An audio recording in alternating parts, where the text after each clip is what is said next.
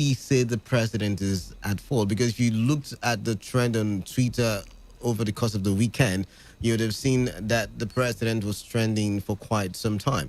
And a lot of people have blamed the president for not having the right strategy to take Nigeria, to the promised land, so to say. The trend, hashtag recession too, is something not very, new for me, because when we had the issue of the pandemic in the first place, we had a lot of economists and, global speculations that the world might be witnessing another heat of recession, and it might be worse, because this time it's not just affecting a particular region or continent, it's affecting the whole world in itself. And for Nigeria, we most especially expected that we would be having the recession. Why? Because, as you mentioned, we are just oil dependent. We didn't have any other thing working for us. We had nothing else going for the country. I mean, if we weren't getting revenues from our oil sales, then I wonder what else would have augmented for the monies that we solely depend on from oil.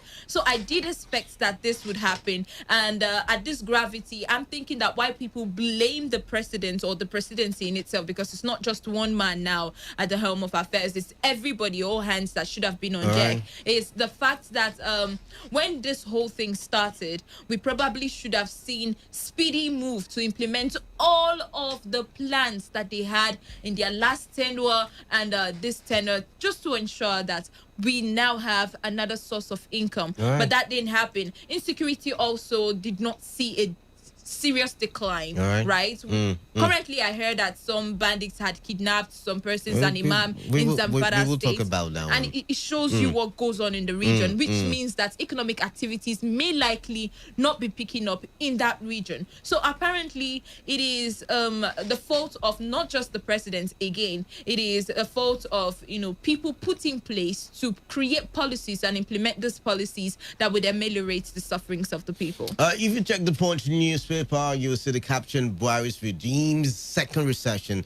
Wealth had captioned it earlier, and it says cut governance costs, aid production, diversify.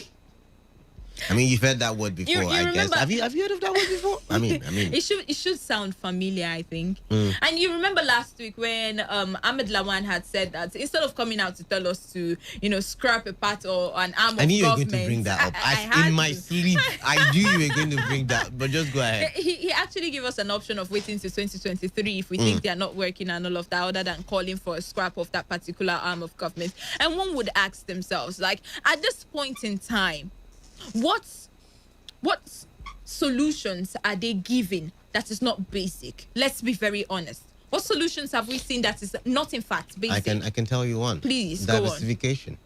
That seems to be like rocket science. Because we've been talking about diversification since 2007? Since forever.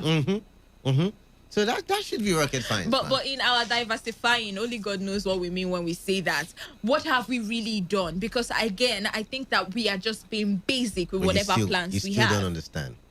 We diversified, okay. The person who went to the moon did not just go to the moon. They tried and failed. It's rocket science. I don't know how to explain this, but we are diversifying. I mean, so ours is rocket science. That's what I'm trying to tell you. That's what I've been trying. Oh, you didn't understand. That's what I've been trying to tell you. But anyways, people have asked Sarah, to precise, has asked Buhari's administration to cut down the cost of governance. Atiku has come out to say stop borrowing except when necessary. I wonder what that means, by the way. Others have said let's get the refineries working. Others have said let's diversify. And these are coming from different experts. But when you look at the current policy of the federal government, we've got closed borders because we want to actually aid production internally. When you look at it, they say, okay, refineries are not working, but we might just do something by 2023 or at most 2030. When you look at the cost of governance, the Senate is saying, okay, you cannot let us go. House of Reps says the Senate should show us, lead the way. Yeah, and then, both National Assembly say, okay, or rather, both houses say, okay, it's the executive that should, be cutting down because they gulp a lot of the money in the budget. I mean, what do we take? 25 billion?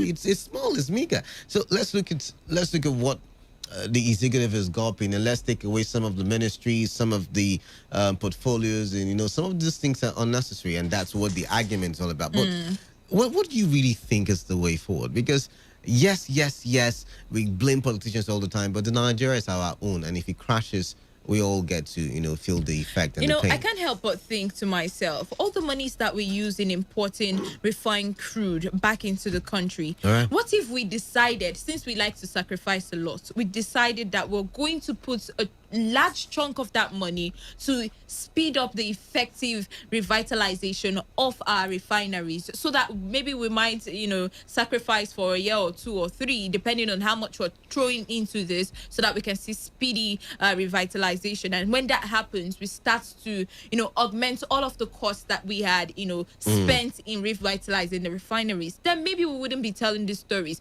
Remember when I said, I think it was when we were doing the corona economics and all of that, we're talking about what we can do to help ourselves and all of that. And I mentioned that if Nigeria is able to sell refined crude petroleum to African countries, that we may likely be able to at least stand on our feet in coming years. And I wanted to say, talking about Koro economics, you predicted that recession was going to, one of those Wednesdays, we're going to fall into recession and all of that. And I also mentioned, as I stated, the need for our refineries to be up and running, even getting more. I mean, the modular refineries and all of that. Putting this money, since we're really dependent on crude, why don't we just close our eyes and put all of this money into making this thing really work? If we're going to make it work, let it work real good. I mean, effective enough to help us out as a people, and also help us distribute to our African neighbors that would be needing our services. And then the monies that we get in turn from the exports that we are making, we can actually use them to help our infrastructures. I mean, I see the Minister of Transportation working on railways, Fashola working on federal roads and all of that. Those are all good, but really, in the end of the day, who is going to ply the road? People who cannot afford petrol. You and I, we've had this argument before when Bolu was here, and it seemed as if both of you were against me at the time when I said, see, why do we have to borrow to build roads when our refineries are, we don't even have what do you call it, steel factory, and we have abundance of steel. We don't even have an oil factory, and we have abundance of oil and all of that stuff. And I would calculate at the time, and I would say, why spend all of that money in doing projects that would not yield any immediate revenue for us? And the argument with them was, okay, you can do toll gates and make money out of it. But I was like, see, if we build refineries and refine crude, we will make money.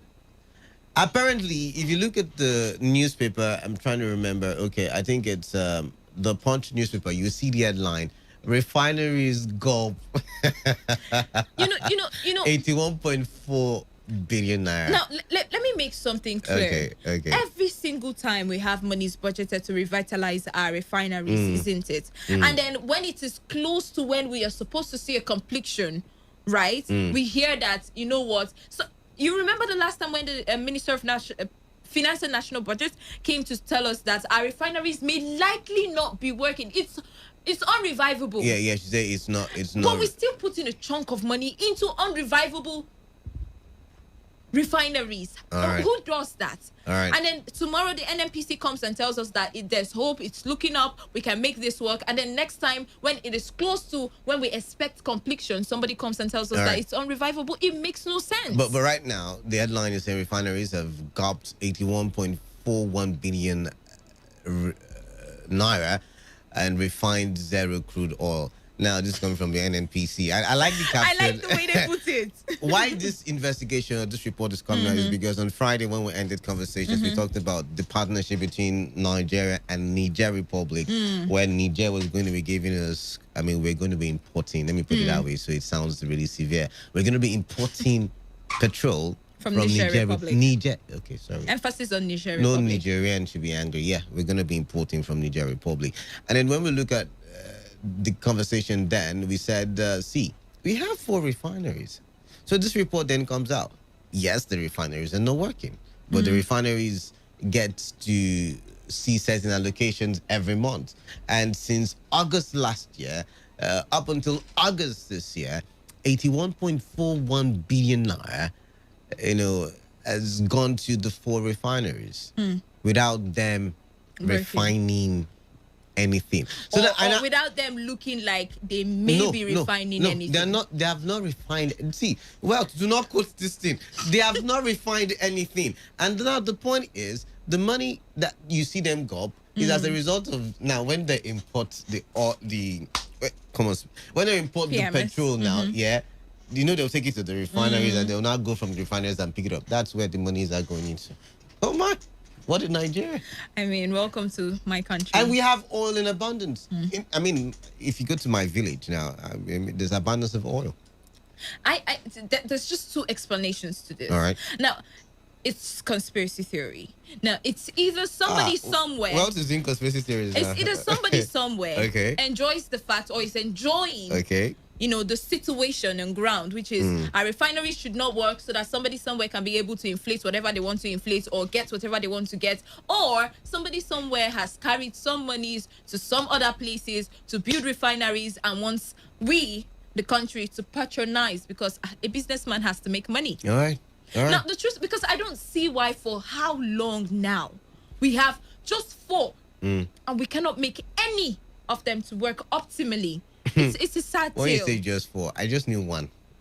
That's what I'm saying. We cannot make any of them. When you say just four, I just need one to be working. And that one should just work at full capacity and give me over 400,000 barrels a day. Full capacity is utopian for Nigeria. So near full capacity. A testament to the fact that the people are leaving. Just when they finally get to resolve with ASU, now there is labor. I hope. Isn't it? Which means we are probably in recession, but we're trying to walk our way out of it. That's going to be a reflection of a government policy because now, when you and I predicted recession on business today, we saw policies. We saw the way it was going, and we say it's likely. Everybody, as a matter of fact, said it was likely that recession was going to happen. So can we now see that it is likely that Nigeria is moving away from recession? Because the last time I checked, oil is not doing as well as it should do in the international market. As a matter of fact, I've been now seeing vision. I don't know. But the truth is, as I said earlier, that the government seemed not to have very good solutions, that would be... Yesterday, right? And then was also found dead some hours later. According to police report, he was shot twice, something like that. And this is yet again another story of insecurity in the north. That's one side. Now, there was also a report of 7, or is it 8? I think the numbers, I saw 7 and now I'm seeing 8. I can't really confirm how many soldiers, but soldiers died as a result of landmines put on their path when they were on their way to Baga, the same place where the Borno State governor was attacked twice. And soldiers died, like I already mentioned, and their weapons carted away with. As a matter of fact, I think a gun truck was stolen as well by Boko Haram members. I'm wondering what really is happening. We still have the same service chiefs, banditry on the rise, kidnapping on the rise. Boko Haram seem to be having a resurrection, so to say. So I'm wondering. And to think that they wanted to have a parley with us, we would have just accepted the parley. No, there was one time. I know, I remember, and I'm saying no. That we shouldn't have accepted. No. Now, here's the thing. I'm just joking. We don't negotiate with terrorists. I'm just being sarcastic, though. Okay. But looking at what's going on. Because you're almost about riling me up now. But go ahead. Now, here's the thing. North comes up, and then people always talking about them resigning. The government always defending that their efforts have been put in, and even though we seek for more, they're doing the optimum best, isn't it? And then every time we also talk about insecurity, we talk about intelligence. These people are not just crude fighters. They're not just terrorists. They're not just coming and they just get caught up with landmines. It means that somebody somewhere understood that they probably would be coming to this particular area, isn't it? And had set the trap, because according to what we got as reports, their ammunitions and rifles were carted away with, isn't it? I mean, somebody knew that they were coming. So what happened to our own intelligence? Are we just walking blindly? Now that you've talked about intel, if you check Vanguard, there is this, former military top personnel who has come out to say, I think my network is slow. It's loading. I can't really get the headlines right now, or the headline right now. But the former military officer came out and said, "See, our intelligence in the military is not working, because if we had good intelligence, we'll be able to cut short the operations, or intercept the operations." And therein lies our problem. You cannot be fighting terrorists with blind eyes. How does that work? In what country? In what clime? Where have we ever heard that? Like, it's not possible. Right. It's like they are coming for real business, and we are still, playing around. They were able to attack the convoy of the governor in the space of 2 days. We talked about it some time ago. And to see that this thing has lingered for so long, I expect that we should be at least matching the attack, every time that it comes to play. That's what I expect. All right. But that seemed not to be the case anyway. The retired brigadier general made reference to the news report of some sponsors being arrested and prosecuted in Dubai, right? I think it was in Dubai, yeah? And, he was saying that you can imagine how Dubai was able to do good intelligence reporting on those people, and was wondering why we cannot do the same in Nigeria. And that if you get to the sponsors, you've got into, it's a war strategy. If you can stop your enemy from gaining access to more weapons, to food supplies, to any kind of supply, you're going to be killing their morale, and you probably will be defeating them and making them go extinct without even fighting. Because imagine somebody who's hungry. Where does he get the strength to shoot an AK-47?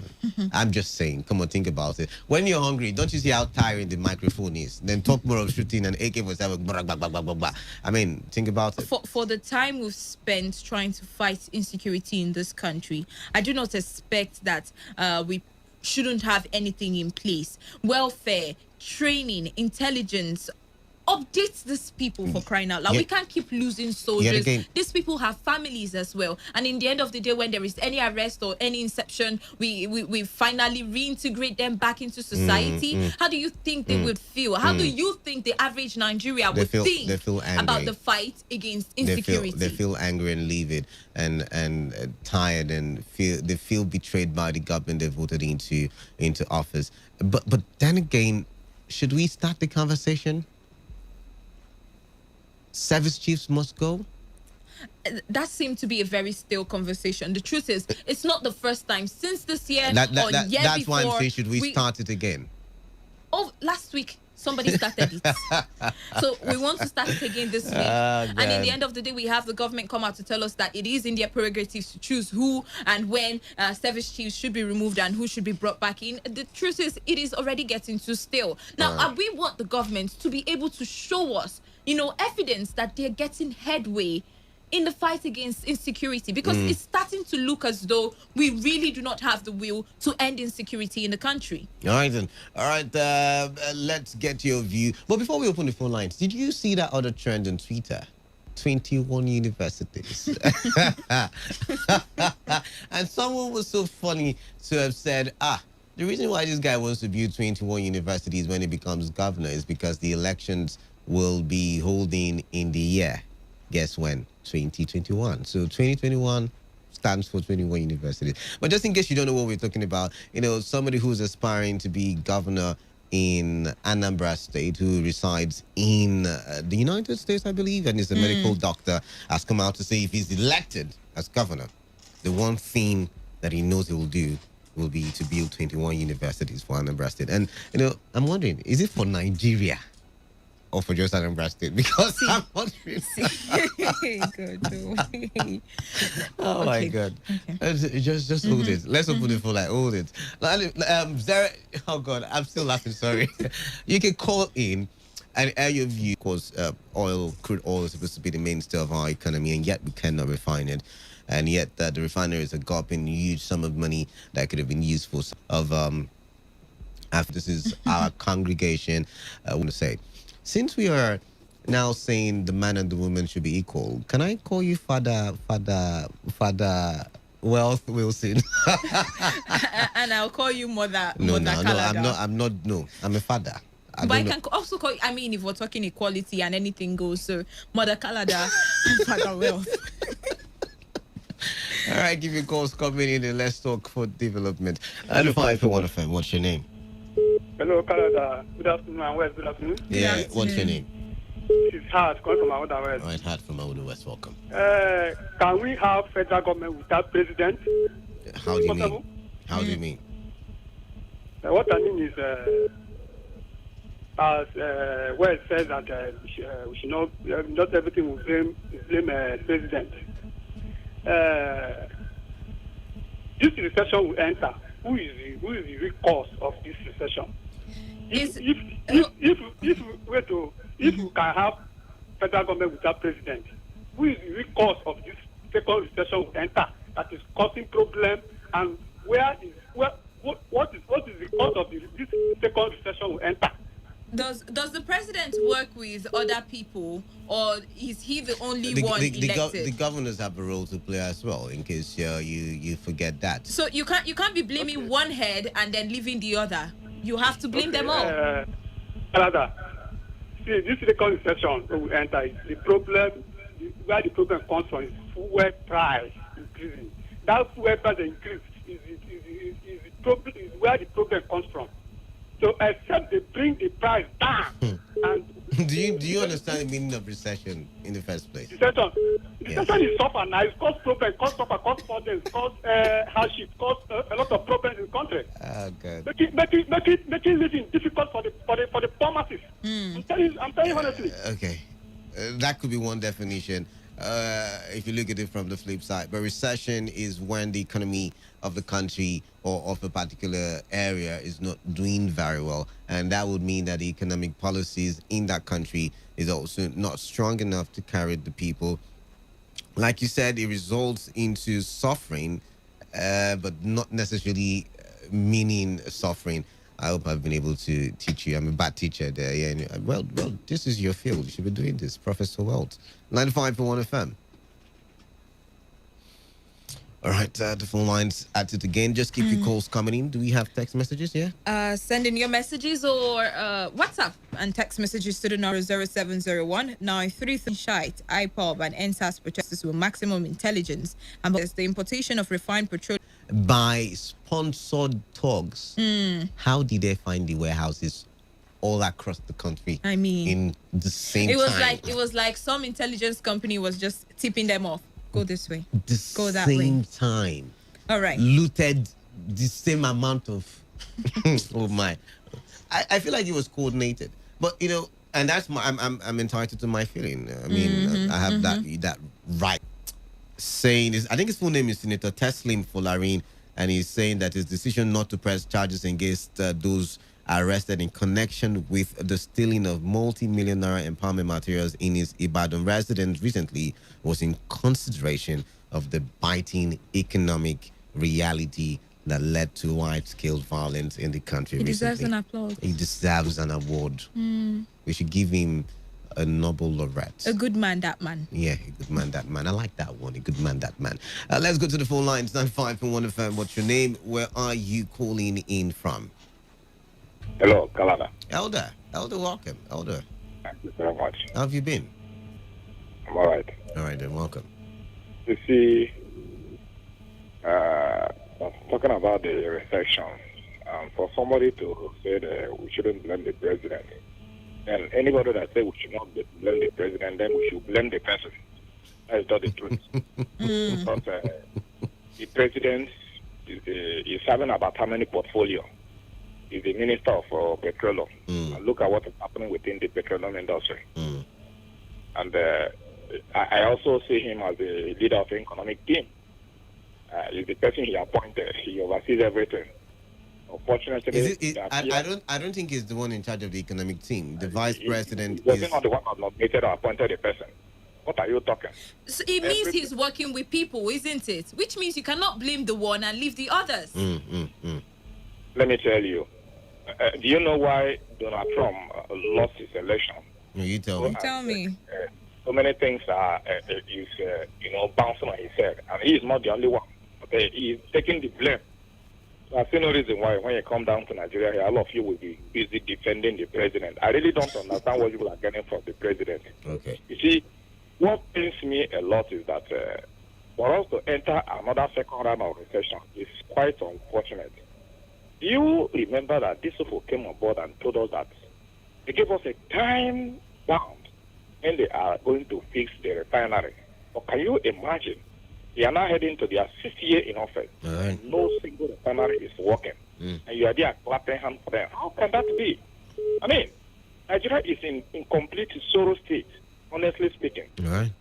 For us to enter into another round of recession, I mean, all right, thank unfortunate and very, very, very pathetic. Thank you very much. Now, okay. When you read the content very well, you discover that part of the reason why we enter into another round of recession was because of the closure of the border. And I was watching in TVC, and that happened to be Tinubu television, when they were analyzing the shutting up of the border. Do you know that border was open for some certain set of people and lock it down for the generality of Nigeria? And those people, are they, why should the border be open for them in some certain area? And by so doing, you are completely impoverishing Nigeria. All right, then. This is one of the major reasons why we are entering another round. All right. Thank you very much, Elder. We've got to go now. Thank you very much, Elder. I think the president is, he should take the whole blame. We get your point, Elder. Thank you. He will take the blame. He will take the whole blame. And anybody defending him as well. All right, let's take it to the call. 95.1fm, what's your name? Where are you calling in from? Canada. Eto calling from Roma. Eto, welcome. I greet you now. I greet you right back. They attack APC chairman. Is it the national chairman? Nasarawa State Chapter. All right, thank you very much. 95.1 FM. Find any proof or any oil. Okay. Hey God, where are we heading to? And the MD of the NFTC is there. He would have resigned. Spending such money from January. I think that's the function of the Minister for Petroleum and, of course, generally the federal government. Then whoever that is the minister, he should resign. He will have mercy on us. 95.1 FM, what's your name? Where are you calling in from? Canada, Mr. John from Port Harcourt. John from Port Harcourt, welcome. Yes, thank you, brother. Concerning the recession, I'm surprised that some of you are surprised that we are in recession. Okay.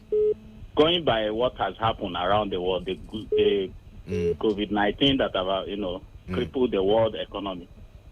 The world is a global village. Whatever affects one country affects others. All right.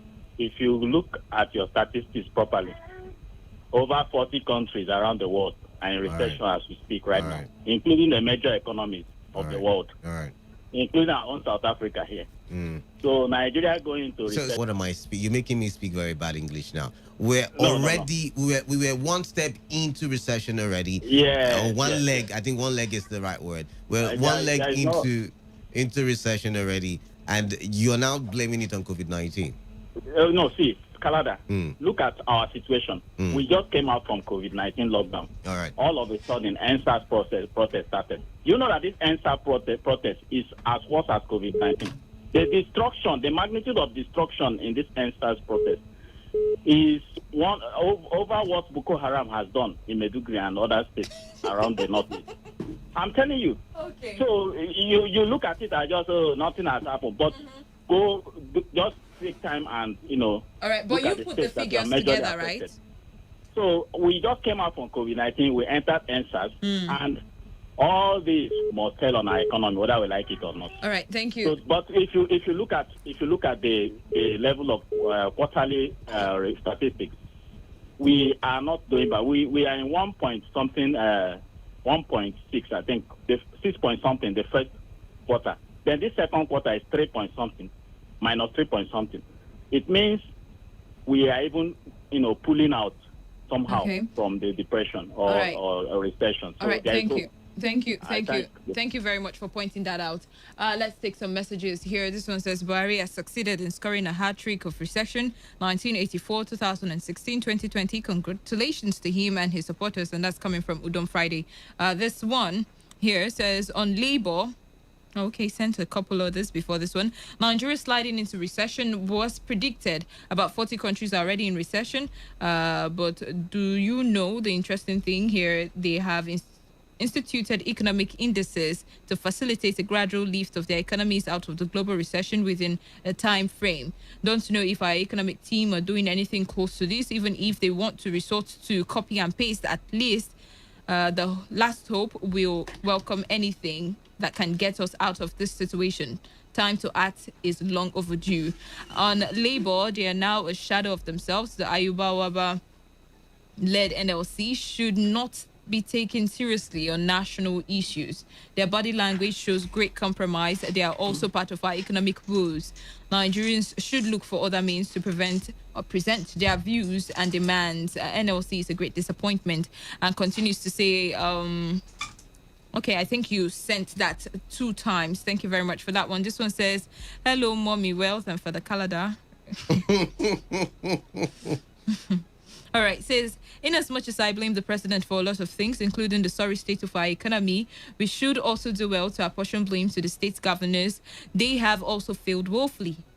Some see Governor Wike busy constructing flyovers at this point in time. For me, that's a very irrelevant project that has no economic value to the people at this time. We all need to refocus our focus, okay? Our leaders are also thinking to leave when the people are thinking, okay? Our leaders are also thinking to the left, rather, when the people are thinking to the right. We live in a different reality. Nigeria is always giving me headache every day. Every day is one bad news or another. Lord have mercy. Emmanuel, thank you very much for that one. This one says, I just want to congratulate Mr. President for 3rd recession under his watch. 1, as military head of state. 2, as democratic elected president. In case you never know, 1 sachet of water is now 20 naira. Chidi from Ajib. I know. Okay. He's letting you know again. All right. This one says, good afternoon, Kalada and Wealth. We've been in recession since Buhari assumed power. Buhari keeps increasing the price of everything he could remember. There is a deliberate move by the Buhari's administration not to allow refineries functional. Really? That's your opinion. That's entirely your opinion. All right. Says, make your investigation and you'll find out that some people in the Buhari's presidency own the refinery in Niger Republic. I hope you have facts for this, because you can't also be speculating anyway. Says, okay, on your Waji fine face, you just go on to backlash and, use some kind of words that I probably won't be able to read out. Radio worthy. Not radio worthy. Well, let's take one last call, and we call it a wrap on the show. 95.1fm. Lost that call. Call back 0817 000 951 and 0810 951 What's your name? Where are you calling in from? Hello, Kalada. Lost Good in afternoon. I have to take that last call. All right. You're lucky. Greetings. I'm enjoying the show, really. But I don't think anybody is surprised that Nigeria is in recession. Really. Are you surprised, Kalada? No, I'm not. I just expected better. I'm not surprised. Yeah, that's the thing. It's a global thing. So nobody should be surprised. This was expected. When you say it's a global thing, I want to beg. I want to disagree with you, because I might not have the list of countries now, but I know there are certain countries who are not necessarily affected by world economy that is not suffering. I'll get back to you on that one. Is it UK? Is it America? Is it France? Is it Germany? Now let's Germany get something. I was waiting for you to call China. I was waiting for you to call China. I mean, let's get something clear. No, let's be realistic. China is the one lending to other countries. Let's get something clear, right? We understand that other countries are going through an economic low at this point in time. But how many of them have their citizenry or have the economy backlashing heavily on the citizens in terms of standard of living and prices in food and commodities? Fine. Now, you should understand That is one the problem. thing. Yes, the problem with Nigeria is that there are no economic activities. Even when you create the opportunities for them. For instance, the president, Nigeria defies all economic solutions. So that's the kind of country you have. What are you saying? Oh, I mean, look at China. I don't think China has half of what we have as mineral resources. We've got gold, we've got oil, we've got crude oil, all the things. Count crude oil and look at our major state is crude oil. And I agree with you. All right, thank you very much, Lawson. We have to take the news update now. Yeah. Thank you.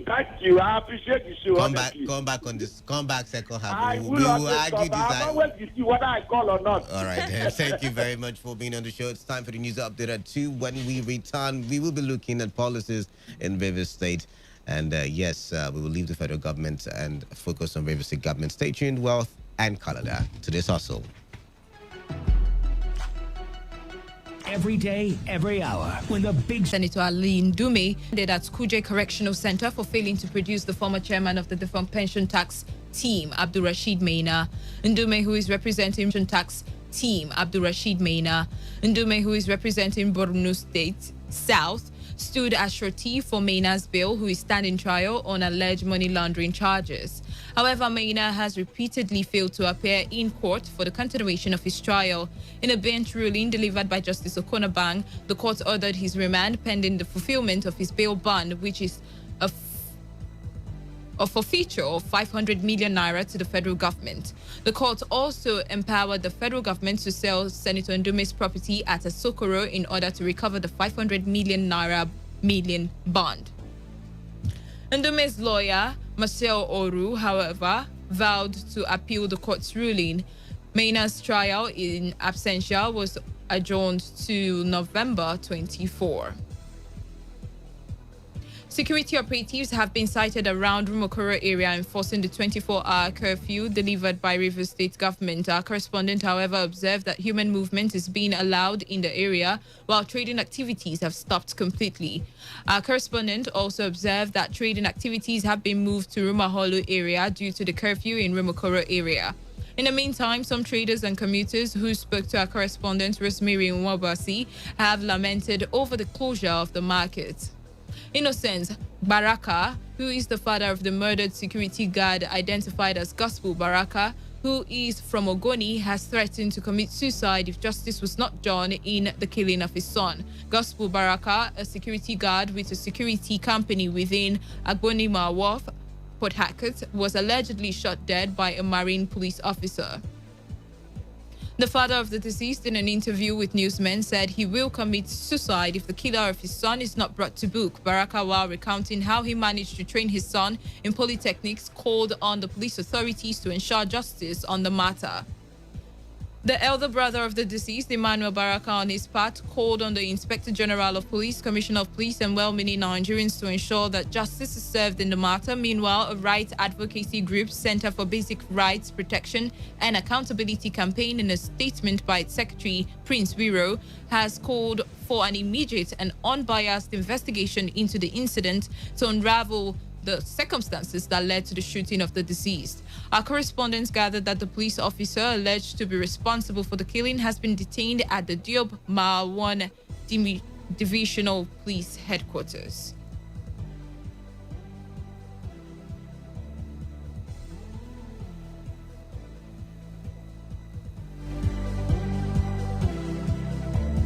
On the foreign scene, a prominent ally of Donald Trump has urged him to drop his efforts to overturn his loss to Joe Biden in the U.S. presidential election. Former New Jersey Governor Chris Christie called the president's legal team a national embarrassment. President Trump has refused to concede to the elections, making unsubstantiated claims of the widespread electoral fraud. Many Republicans have supported his legal efforts, but a small group, growing in number, have broken the ranks. On Saturday, Trump suffered a major blow in Pennsylvania after a judge dismissed a lawsuit from the Trump campaign speaking on the invalid millions of mail-in votes in the battleground state. And that was the news update on Today 95.1 FM. Do not forget to take responsibility. Wash your hands frequently with soap under running water. Avoid touching your face in high contact surfaces to prevent coronavirus. Once again, good afternoon. I am Wealth Wilson and thank you for listening. Do stay tuned as today's hustle comes up next with Akalada and Wealth. Today's news, today's entertainment, today's sports, today's issues. Today on Today 95.1 FM, Port Harcourt.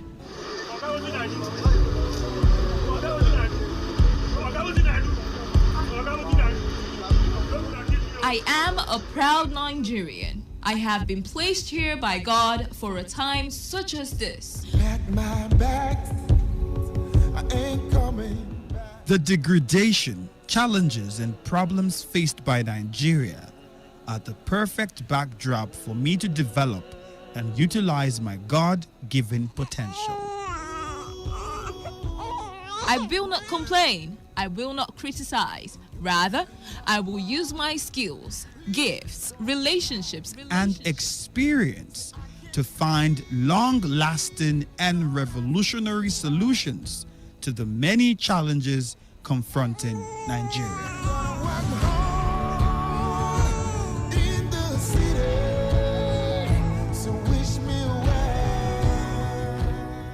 Nigeria will rise again.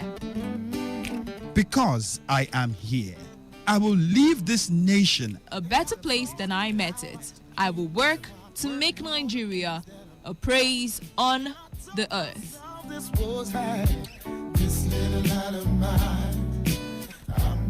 I will work to make Nigeria a praise on the earth. So help me God.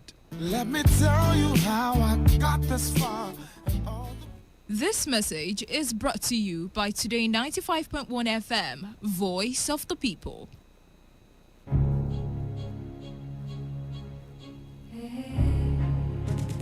You know what? Put that down now. I go match on that. Oh yeah, give me that thing. Come on, give me the phone. Give me that thing. Oh yeah, that police they go. Insecurity has become a common factor in our general language within the Nigerian space, no doubt. Not only has it become a threat, it has begun taking diverse dimension we cannot ignore. A solution we seek. A desire to stop the trend is imminent. Wait up 2 seconds. God, hey Jesus. Straight bullet, though, what kind of country is this? A boy I just said to go and buy something, what kind of thing is straight bullet from where? I'm finished though. Directly or indirectly, we all have lost people, friends, family, or acquaintances as a result of insecurity. But is security only the job of the government? No, security is not one man's job alone. Every individual in the society has a role to play in order to achieve a secure society. We urge citizens and indigents to adhere and respect the laws of the state, report irregular activities to the authorities, and we implore security agencies to carry out their duties as stipulated by the Constitution and not infringe on the rights of citizens. If we want to begin to cease to exist as a people, because if you do not clamor for what you deserve, what is rightfully yours, it might not be given to you, because you already know life is not fair, and it's the strong that will survive. And that is why, as a people, we need to stick together, because together we're stronger, and together we can weather the storm. And on that note, we will be having a conversation on your premium talk radio station. Of course, you know, it is the voice of the people. It is that platform where you get your views on issues currently making, or would I say, currently constituting the national conversation. And this time around, it is the 2 o'clock hour, and it's time for us to focus on one particular topic, and we will be looking at certain policies, recent policies of the River State government, and that is what we will be doing on today's hustle. I'm Canada, and I like to think of myself, or I used to think of myself as the man of the people, and I have with me, I don't know if she's angry or if she's smiling. I mean, I can't read the facial expression right now. I'm Wealth Wilson, Okay. and if you still like to think of yourself as I the man used of the to. people, I used but you to. keep saying you like to think of I- it. you know, Means it means you're not over it. So just take it and live with it. I'm not And over- stop pretending like you want to be over it. Look at you trying to attack me there. Well, let's look at some River State government decisions recently. You know how, of course, you probably know already that we are going to be building the 7th flyover in River State. I mean, we talked about the 6th. Was it 2 weeks ago? Was it last week? I can't remember. And a lot of you were, you know, shouting, crying, criticizing. But there's going to be a 7th around the Ikuku axis, and interesting it is. But apart from that flyover, there's another flyover that is constituting a lot of controversy, so to say. Now, the flyover at Rumokoro is supposed to become local government chairman, but he wasn't picking my calls, probably very busy and all of that. It wasn't taking my calls, and so I really cannot ascertain the level of cultism In the area. yet in that area. So I'm thinking, I'm thinking. Looking at the focus, we've complained that all of this infrastructural development might not yield the required revenue that we need to shift the country to the next level. Not that they are not necessary, not that they are not needed, but when you look at the scale of preference, I don't really think they top the list. Yes, we need good roads. Don't get me wrong. But then we need viable refineries as well. We need viable factories and industries that can generate enough money for us to build the kind of roads that we need. So I'm thinking in my head, is it not the same thing that the River State government is doing? I mean, could we have been using all of this money for 7, 10? Because you never know when it will end. We might end up with 20 flyovers in the capital. An exaggeration, I understand. But we might just, we might just end up, with so many flyovers that we could have used all of these monies to get us one factory, one industry in River State. And so while the other states are shouting, oh, we don't have enough money to do this, we don't have enough money to do that, River State will be swimming in so much wealth. I don't mean my colleague, by the way. I mean wealth. You understand? Yeah. So I'm thinking. But that's not the only argument, because a lot of people, I think I listened to Annie's show in the morning, and a lot of people say, no, we could have used this, money, since we want to do infrastructural development, and focus on the other 21 local governments. I mean, some people say it's just Obiakpor and Falga getting all the flyovers and all, and it could have gone to other local government, and that's a valid argument, because not so long ago, a couple of weeks ago, we talked about flooding in certain areas, and we talked about it, and we said, see, yes, it might be the work of the federal government to see how they can mitigate the effects of flooding, but then again, the people who are suffering the flood are Rivers indigents. And just like we did in the first half when we were having trending stories on Today's Hustle, I want us to do the same thing in the second half. But this time, the subjects, or would I say the objects of conversation, will switch from the federal government to the state government. How do you think the policies of River State government has affected the River State economy? Is it doing well? Is the flyover construction taking us to the next level? As you know, we had the new Rivers vision. I believe that's what it is called. I cannot remember, something of that nature. And it is a vision that is supposed to transform a river state, into a mega state where, some place like Dubai, some place like but you get the point. You get the point. So the question in my head, and I like us to talk, is how do you think the River State government's policy is translating or transforming River State into the River State that we all envisioned?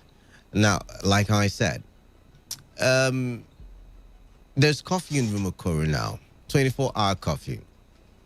Do you really think it is as a result of cultist activity? And if you think it is, cultists are on a rampage. Is it a 24-hour coffee for 2 weeks that is supposed to quell the situation, or should we be having security agencies going on some sort of investigation, or probably putting so much focus on that area, that axis of River State, to see how they can curb all of this menace? Well, I think before the government would have, enforced the curfew around that area, it probably would have been getting reports of, on ending violent attacks by such persons within the area. And that would also impede some kind of economic activities, whether we like it or not, because somebody somewhere is going to be either extorting, harassing, or intimidating people within the area. But then again, look at it from the flip side. You can never get two things, or you can never get it all right? But I think on the first hand, if there is confirmation that truly gangsters or criminal elements within that area seem to be terrorizing and trying to enforce their presence within that area, then maybe it is okay to have the government end any kind of activities within that area by putting up a 24-hour curfew, while it is looking for a solution. Right? But now, how long would it take for that solution to come about is where the problem is. Don't you think that the governor should have just beefed up security? Asked the commissioner of police to send more men, deploy more men to the region, and not a 24-hour curfew. You remember what happened in Oyibo, where we have a situation where there were security men, and then there were reports that security men seemed to be harassing or intimidating people within the area or residents. Okay. Now, I think that this is not to be, in the government's mind or anything, but just from an outsider perspective, I'm thinking that whatever is being done now is just temporal, right? While it is looking for a solution. Now, the problem is how it would also affect the innocent. The truth is, there is little or nothing that the government would do at this point in time that may likely not trickle down to affecting the innocent residents within the area. No. This is why I started with the policies affecting economy. Now, I want to think, and it's my conspiracy theory, and no offense to the River State government, but if the governor is listening, Your Excellency, no offense, but I think that the reason why you put out that 24-hour curfew is because, Your Excellency, you want the project to be completed in due time. Because if His Excellency was really talking about cultism, then I don't think it's a 24-hour curfew that will solve the problem. Because I remember in 2019, before the elections, and after the elections, cultists were on a rampage. But we did not have a 24-hour curfew in any of these areas. What we had was beefing up of security. We had, OSPAC. We had that's when we formed Operation Sting. So why don't we have a collaboration within the government and the police, for instance, and see how we can dish out security in this part of River State? But no, my conspiracy theory, Your Excellency, is that you have a deadline for when the flyover should be completed at Rumokoro, and you want to meet the deadline so you can deliver the project. And to be honest, the traders. Have you gone when? Oh, I think you have. I shouldn't be asking you the question. You've seen how the traders litter around the flyover. Underneath it, they have their movable shops, so to say, on what do you call those things now? Those carts that they can push, all of those stuff. And you see, they're making it difficult for the company to do their work. And just like at Rebisi flyover, the governors banned trading activities in that area. But the question yet again is, what is the River State economy like? Because I want to think if we had a good economy, then maybe some of these people, because this is their daily bread, this is what they do to survive, this is how they think they can survive. Maybe if they had other opportunities, if they had the functional, industry or factory, for instance, they probably will be working there. They probably will be employed there.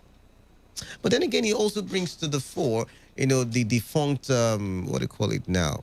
The defunct tax force that is in charge of making sure that there is no street trading. Now, I want to think that, like we've agreed on the show a couple of times, that Rivers people can be very stubborn.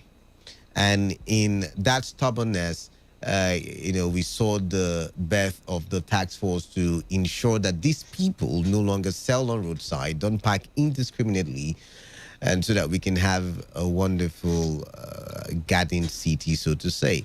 And in the absence of them, we've seen people trade in different corners of our street, keke drivers actually dragging major roads with, big vehicles and all of that stuff. And then you want to think, where really is the fault coming from? The River State government policies, the people, or what? River State, I don't know.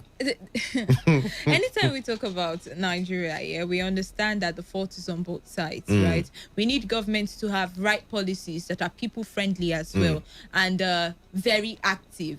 And then we also need people to understand that the government needs their cooperation to allow any policies or implement any policies. It's just like when we had the issue of the tax force, and we mentioned that, yes, no matter how hard we want to, hit this particular matter, we would all come to the conclusion that both the people, that's the drivers, and the tax force were both at fault. I mean, being stubborn or obdurate while these ones are trying to enforce law and order, cause them to start acting like you, and before you know it, there is just a case of disarray between both of them.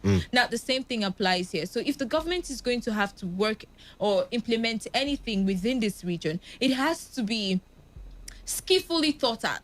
Right? It has to be something that in the end of the day, while you are apprehending or trying to end whatever menace it is you see, then you have to also ensure that the innocents within the region do not suffer adversely from whatever policies are being made. And I think that's what's playing out here. And but then, as I mentioned, it probably would just be temporary, and before you know it, things will go back to normal. 24 hours coffee for 2 weeks seems like a long time. I'm thinking that before 2 weeks, there probably would be a review on this particular. So can we yet again, I want to thank His Excellency is listening. Your Excellency, can we have Wealth is saying it's temporary and there will be a review before 2 weeks, but can we have a sudden review? Because I'm thinking, the man who does or who gets his pay on a daily basis and has to feed his family will not be able to do that because you've cut him out of work for 2 weeks. And if we say it's cultism, we can try different strategies. We can call the traditional rulers in that area. We can call the local government chairman, and we can put on them the onus, the responsibility of trying to see how they can track the cultists, if at all it is really cultism. And no offense, Your Excellency, I have trust issues, And I'm thinking, 24 hours curfew, is that the way to go, really? Is that the solution to whatever it is? Is that the solution?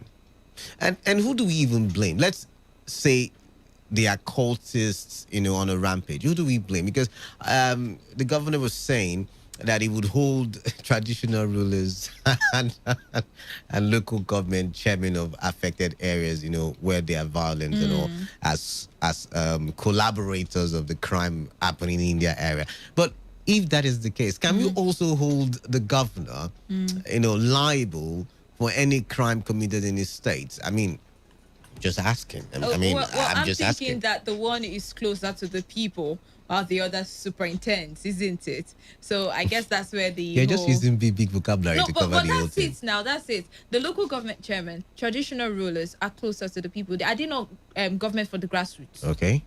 So apparently, they may likely be able to tell who is who within their communities, isn't it? Okay. So they should know or have a little bit of idea or intel on what's going on. That's how it? the state governor is closer to the people than the federal government. So Can we also hold so if the the state government governor? is saying that he wants to hold traditional rulers, it means he feels that those ones are closer to the grassroots. So apparently they are the ears and mouthpiece of the governor within that area and all of that.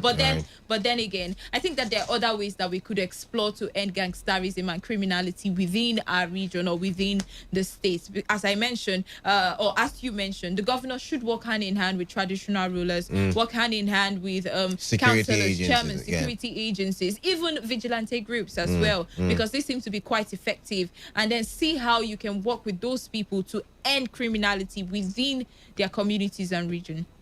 And now that you've talked about what do you call it? Now you've talked about vigilantes. We have the neighborhood safety watch, right? And the last time I checked, the River State government won in court, and the military had disrupted the process, and then it went to court, and the River State government won in court. Is this not the best time for us to revisit the neighborhood safety watch so that each street or each vicinity or each area, I don't know how you want to put it, but we can have a vigilante group under the neighborhood safety watch or corps, who will be assisting the police make sure that there is peace and orderliness and no iota of lawlessness in the different areas in River State. Because I think and I want to believe that a 24-hour curfew is just no offense yet again, it's just extreme. I understand we will blame the governor if Cortes decides to go on a rampage killing 3, 4, 5 people. Everybody River State government is not doing. I understand that way. I understand that, right? But there are other ways by which we can actually tackle insecurity. Imagine if every country decides to go on lockdown every time criminality takes place. I don't know if any country will be functioning. No, but the truth of the matter is that when the criminality seems to be impeding a lot of economic activities, then actions need to be taken, isn't it? So the problem is what actions and how quickly or how swiftly those actions would help ameliorate the issue or situation on ground. All right. So if you're just joining us, it is the bottom of the hour, and you are tuned to the Voice of the People, 95.1 FM, also known as Today FM. And we're looking at the River State government policies, and we started the conversation. We just touched it a little bit. We talked about the 7th flyover, not because we want to anchor there, but just because we want you to understand that, there is much attention on construction of flyovers. And on one of those flyovers, the Coronado flyover, there is the controversy of traders impeding the activities of the construction company, and now there is a 24-hour curfew. Even though the government has come out to say it is as a result of cultist activities or cult activities, and we argue, we're conversing in the studio, Wealth and I, and we're saying, could it have been, done with another strategy in another way? Could the government have beefed up security or gone into collaboration or liaised with security agencies and traditional rulers and all of that stuff? But what is your thought on it? All of it entirely. The 7th flyover, the insecurity at Rumokoro, the 24-hour curfew. Why is the neighborhood safety watch not functional? These are some of the issues that we want to look at. But then again, did the people bring these upon themselves? Because what's that your word? Obdurate, right? I've missed it a little bit. I know the people in River State seem to be obdurate, and when you make laws, they don't want to obey until you go drastic with the enforcement of such laws. I'll give you an instance. Keke drivers should not be riding along major roads. Keke drivers are everywhere now. Everywhere. And it seems as if they multiplied since the law came into effect. And it's a dicey one because people like us that don't have vehicles, how do we move from point A to point B?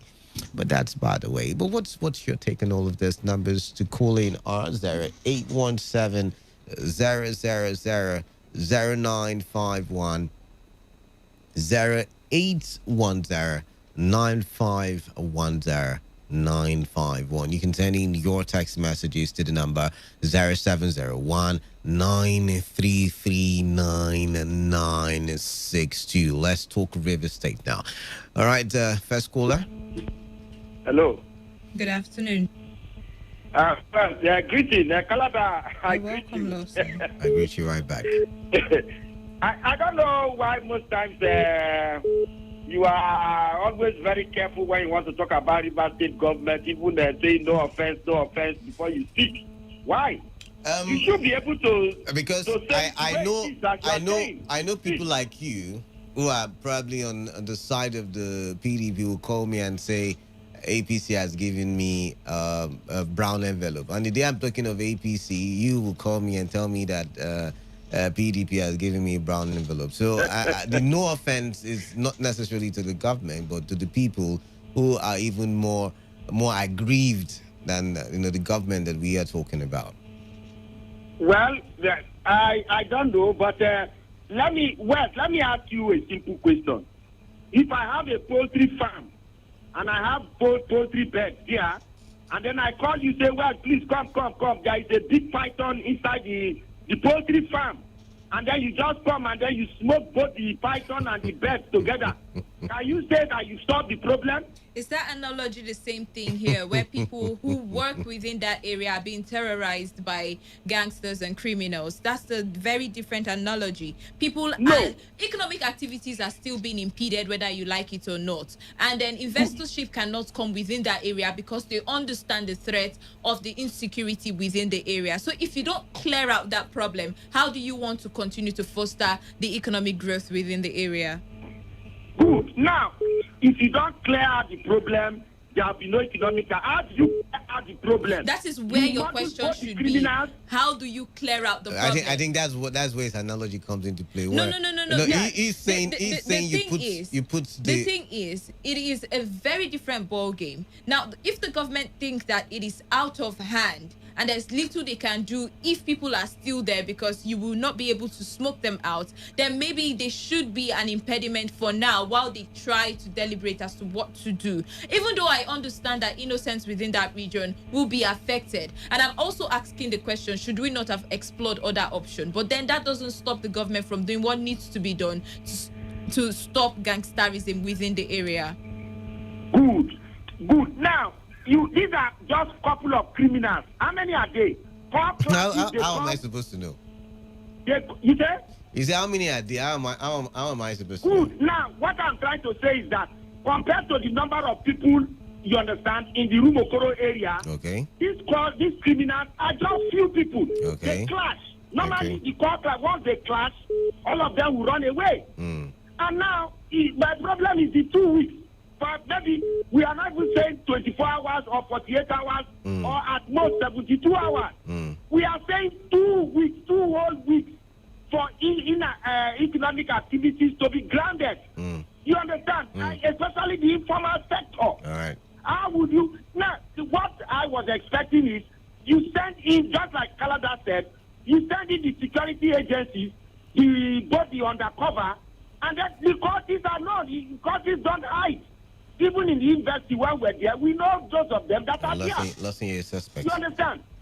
So you just get those people, work with the traditional ruler, work with the local government chairman, with the security agents, you round them up and take them away and allow economic activities to go. It's like what you've not really gone, you understand, hungry the whole day I think that's why you are speaking the way you are speaking.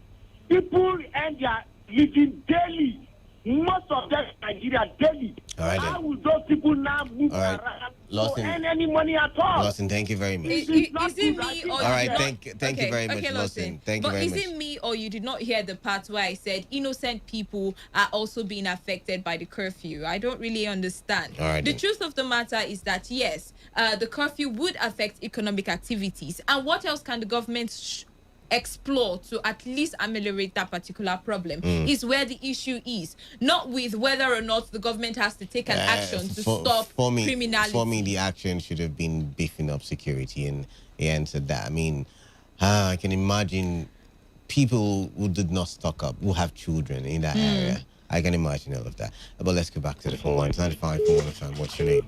Hello, good afternoon. Yeah, good afternoon to you. I'm talking in Canada. All of the above. Welcome. Yes. I was just being carried away by Lawson's own opinion. All right. Let me just Canada. What's your name? What's your name again? Steven. Steven, welcome. Somebody, yes, somebody. The direction of the governor is quite commendable. I commend because, see, if you go to as he said, if you see the way this country is operated, you can't use iPhone. Even the workers of Julius Berger are afraid of even going around people. The Nigerian ones are not talking about the foreign workers of Julius Berger. Even the indigents of that place what they are working. If you see them working scary. They don't carry their materials clothes. You see, there's no way the government of the day will just allow such a thing to happen. Why you have contractors over there? Hello. Our line is breaking. Sorry, I've got to let you go. 95.1 FM. What's your name? Where are you calling in from? Kalada, good afternoon. Yeah, good afternoon. Eto from Ruma Olu. Yeah, welcome. Yeah. Thank you. Do you know that the Ruma Koro market is being selling now in Ruma Olu? So, as it stands now, the River State government, they are telling us that it's because of criminals and cultists. But I want to ask, what is the work of intelligent officers? Because if at all they see the work of intelligence officers, they wouldn't have come in that way. They should have come with the underground investigations. They come to check out, then to fish those people out. You can't just come out, whoa, we are coming. Then the criminal, they will hide us. When those 2 weeks elapse, they will surface again. Sure. And you will never do anything. You cannot be able to. Who says you can? There'll be another two weeks coffee. Try the governor. There'll be another 2 weeks coffee until everybody in that area will want to have sense. Because in that area, in my area, we know that something like that normally happens. They normally collect something from people on the bus and all the things. They pick up your pickpocket, and all the rest of it. Now, until all of those people decide to act according to the law, then probably there will be a problem with the River State government. Don't you think so? Yes, it happens. They should have done something that will be able to apprehend one or two persons. Okay. But this particular one they are doing, I bet you they will not be able to hold anybody accountable because based on they will come like that. Those boys they will run away. I'm telling you, people they will enter bus with you at the end they bring their gun and knife. You submit everything within you. When you submit all those things finish, they run away. And the driver, taxi man there, or bossman will not be able to say anything. Because I thought as soon as he makes any statement, he wants to put his life in danger. He doesn't want that.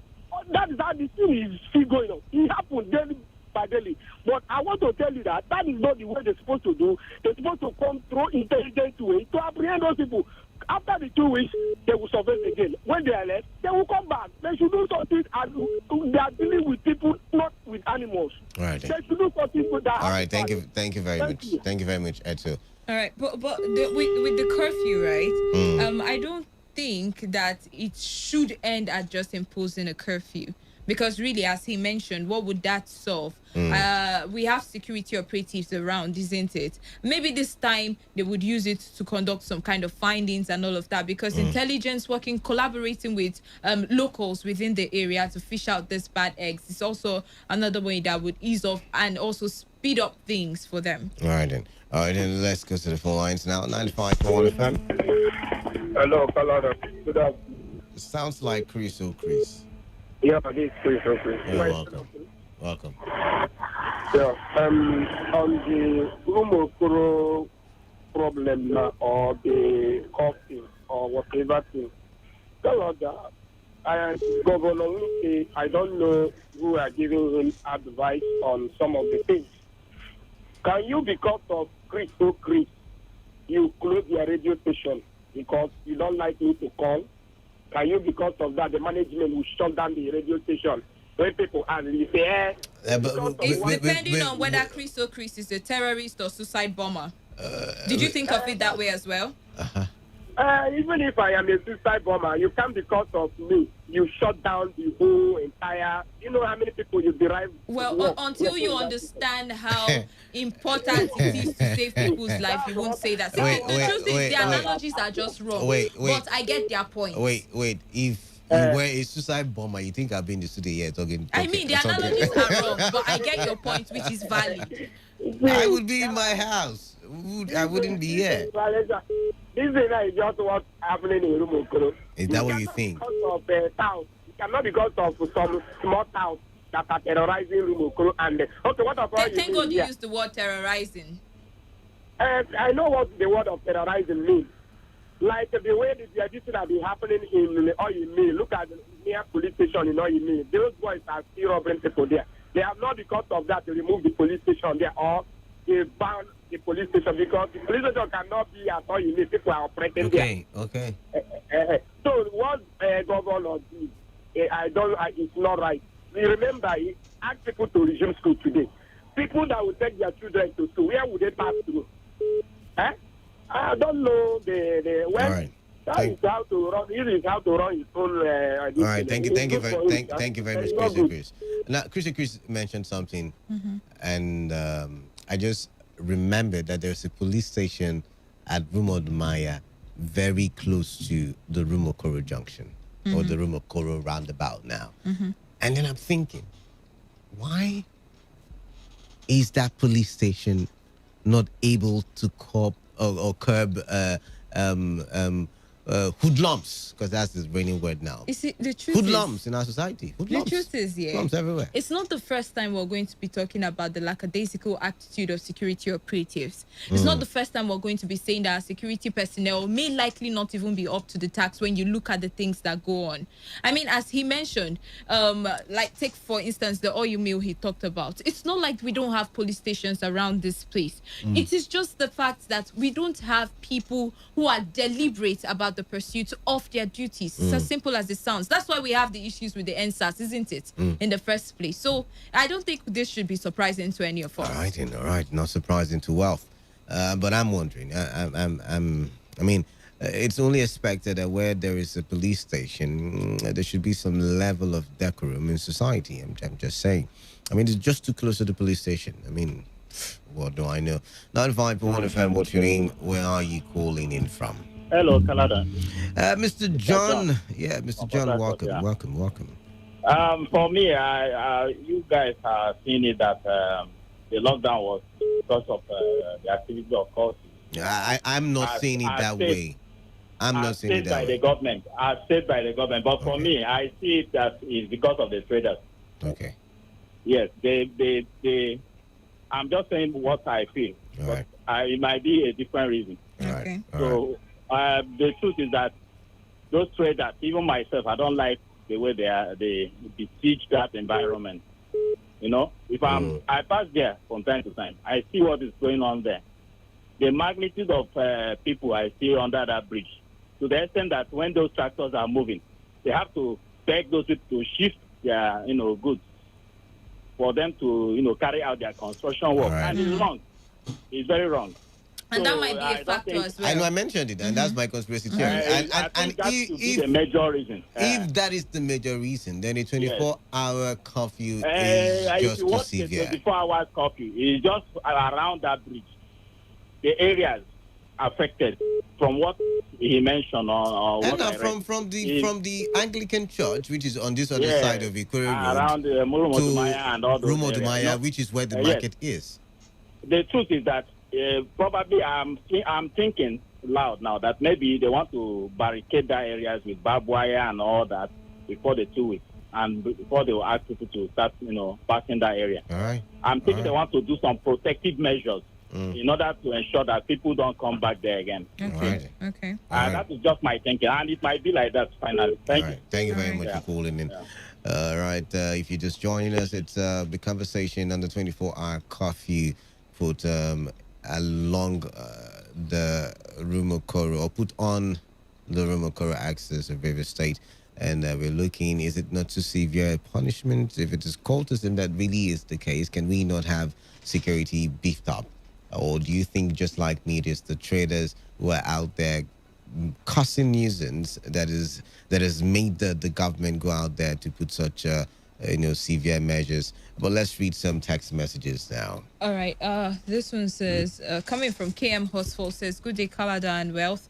On the curfew, nobody should downplay people who call radio stations and also the media, because they are the only ones who advise Governor Wiki, not his cabinet or friends. Okay. Very funny. This one says, good afternoon to you all. I'm a Berenjoy from PH. Let the truth be told, if it is cult activities that makes the governor to declare the curfew, while the local government do not invite the OSPAC to handle the evil activities in a gentle way, since police morale is low. Now I come in peace. Okay, thank you. This one says, any decision taken on any issue by Governor Wiki can never go well with APC and Panadol members. Go ahead. I think it's talking about me. That's Roland. Okay, this one says, Rumokoro is not only a place where cult activities is ongoing in River State, and it did not start today. Let him just tell us that the market people are disturbing people that are working on the flyover. If cult boys are disturbing the Rumokoro axis, what is the work of security agencies? I'm thinking, let him tell us that market people are disturbing for the ongoing work. You know the funny thing? Guess who is enforcing the 24-hour curfew? The police. The police is there at the junction, packed, arresting people who are not staying in their houses. All right, thank you very much, Egezo. This one says, I'm surprised the River State government didn't attribute the cult crisis to Rumokoro in Rumokoro to IPOB members. This is to show that all crisis in River State is not caused by.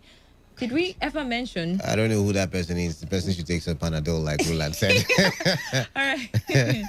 This one says, good day, Daddy K and Madam Wealth. I don't know where this daddy thing is coming from. I started it. Father Canada. Okay. Good for you. This one says, I am Mina Sotonye, texting from Isaka Island or Krika. Frankly speaking, some policies of the River State government need to be reviewed. Also, talking about the 7th flyover bridge at Ikoku Junction, I think it is unnecessary, insignificant, and uncalled for. The huge sums of money allocated and utilized for this project should have been channeled towards resuscitating, reviving, and revamping all companies, factories, and industries in the states to cushion the effect, or rather alleviate the unemployment rate in the state. Lastly, the recent 24 hours curfew imposed in Rumokoro due to incessant court gang clash and harassment is too sudden and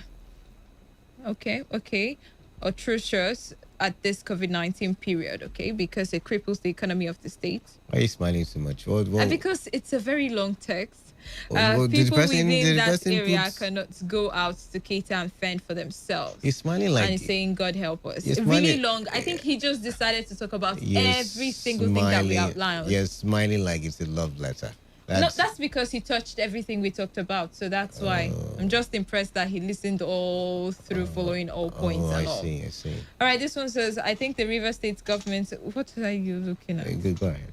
I think the River State government, especially the local government, should hold more press conferences to sell out policies to the public, and such policies should be subjected to scrutiny before being enforced. I'm thinking he's talking about the 7th flyover.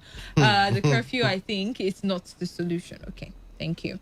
This one says it won't be out of place for the River State government to own a refinery that will create thousands of jobs for Riverians. The state has all it takes to be the palm oil hub in Africa. The imposition of 2 weeks curfew around the Rumokoro axis has nothing to do with cultism. It is all about the completion of his baby flyover. Everybody around the area can starve to death. The governor does not care. That's what Relish thinks anyway. This one says, Kalada, your co-presenter affirms Governor Wiki's action. It's really funny. That's biased. He's talking about you, and you read it and you're laughing like that. I'm laughing because I'm supposed to be the one reading it. No, I'm laughing because I think he should go off on that thought. It's really nice. I mean, all right. If that makes him happy, good. Let's take. All right. Let's take some calls. You want to read more messages there? No. Oh, what are you saying? Let's hear what you're saying. No, I just opened it and I thought we should take some calls. All right. 95.1 FM. Kalada. This sounds like left, right, center. Honorable BP. Chop my brother. I don't know why you're not the governor of River State. No, I don't want to be a politician. I don't want to be who will fight for the people? Who will struggle with the people? You can do that while in office. You can be a politician and be for the. You see, government is defined as, for the politicians, by the politicians, and of the politicians. You can change the narrative. That's what he's implying. You think about it. If I get in there, I'm just going to be all about myself. So, hey. No problem. After you to be me. All right, let's go into the nitty-gritty now, all right?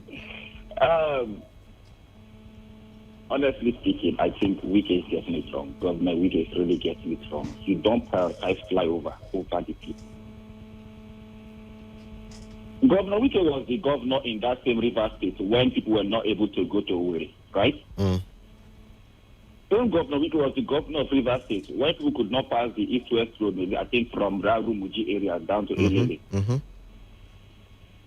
Why didn't he call for, what do they call it? Coffee in those areas, yeah? Yes. You should have put coffee. And I also want to, please, where are the operation things? We talked about this a couple of weeks ago. The police are currently demoralized, according to the IGP. But there are the same people that are being called to carry out the instruction of the, what they call it? The governor. I speak the English from here, they're going to catch me. Yes, so if you are using that same police, if you say you are talking, because to my best of knowledge, I know that when you want to talk about politics, it's not just in that room Okoro axis. Once upon a time, if in Choba, they were killing people up and down. The governor went there by himself. They were supposed to have a town hall meeting. He went there and he rake, and he left them, right? He never stayed there. He never placed any coffee on Choba. All right. So we know what he's trying to do. He's only prioritized because he wants that place, that flyover to finish at his own time. He just want the workers to work. It's very simple. You can see don't forget you have army people still what do they call Oyibo. So why don't you bring in the army people to Nigeria with the army pass anything? If you bring the army people to that army, I believe every market man and woman and boy and girl. And of course, there is they will keep that, they will open the road for the workers to work. There is the Bori camp around that area, so it shouldn't even be a big deal. But then again, the military is not licensed to be, in civil space, in civil matters, and especially when we have the police around to enforce any of those. Yeah. Oh, sorry, we lost you there. But let's move on to the next call. I'm not 541 FM. What's your name? Hello. Hello, good afternoon, my brother. Yeah, good afternoon to you, Professor Ekiti. From the United States of Alu. Welcome. Thank you very much. All right, then. My brother, to this thing, Yoruba people, they don't say, no be the time where they worry you, what they use when they say for so much. This is what our excellence do. Nobody supposed to do. Because when I don't speak a lot of what I'm supposed to speak. Because if those things like that thing is happening, there is police, there is agency that's supposed to make sure they calm that particular place down. We have hospitals, we have different type of of a vigilante, which with the help of the police, to say that our SLS guide them go to that particular thing. Do you know what this thing will cost them? The people that they don't even know that they put copies, or there are many of them don't even have food for house. So our SLS should please to make sure say they lift those people. Somebody that don't have chance to go out to go. If you say where you get to like where they go out, where that we go out to look for what we are going to eat, you cannot meet up. Right. So our government should please look also the masses in that particular area to bring police and all these security agents to that particular place to fetch out the bad people among them. All right, then. Thank you very much. All right, let's read some text messages and I'll tell you what I think should be done by the River State government. Let's read some text messages now, yeah? This one says, hello, Wealth and Canada. Governor and curfew seem to be very close friends. I've never seen a governor that loves curfew/lockdown more than the governor of Rivers State. Please, what is the work of the security agencies if they can't maintain law and order, fish out the criminal elements in the community? Is curfew and lockdown the answer to everything? Curfew has now been so commonized in this part of the country. In the military, this is called blanket putty, where you punish everybody for the sins and crimes of a few. Please, Father Kalada and Mommy Wealth, shine your eyes before you receive your own personal curfew. And that's coming from Emmanuel. This one says, Kalada, there is a military and police at Rumokoro to handle security crisis in Okoro. Why impose curfew where you have military and police near the flyover? It's a pity the governor stopped movement just to... Okay, I'm thinking he says stop, because stops movement just to protect the flyover. But who will protect those doing business in Okoro from hunger? It's a pity. We value our flyovers but here in River do you State. guys think that you guys should have handled yourselves in an orderly fashion and not allow your market drift into the road or drifting, and impeding movement, okay? I agree with you. On one hand is the military barracks, if you remember that area very well. On the other hand is the police station. And yes, the governor should have employed both agencies, even if I think that military should not be involved in civilian matters. But then again, could the people, you and I, I'm talking about you and I, could we have kept ourselves in a way where it could not have been argued that we were breaking the law or we were impeding the growth of the airfly? Okay. All right. This one coming from Tina in Choba says the governor should put the people first before making any decision that would in turn affect its citizens. Let him strategize means to deal with courtist activities and leave innocent citizens to survive. And on the SMS portal we have here coming from Sunday Truna in Akwadjo says the imposition of curfew for 2 weeks at Rumokoro axis is as a result of courtist activities. And it's an indication that the state government is not doing enough to create jobs for those cultists who are used for elections and dumps. All right, then. It's 3 o'clock, and I'm thinking, as the former man of the people, whether I should impose a curfew on the sports team, a 24-hour curfew for the next... Wisdom doesn't look like the kind of person you can try it out with. All right, it's time for us to say our goodbyes. Wealth and Canada signing out. And it's over to Wisdom Obina as he brings you today's Sports Live. Arsenal, yet again, couldn't score a goal. Like 1 goal in 5 matches? I'm wondering what's happening. All right, well, we're still the Arsenal, right? You stay tuned.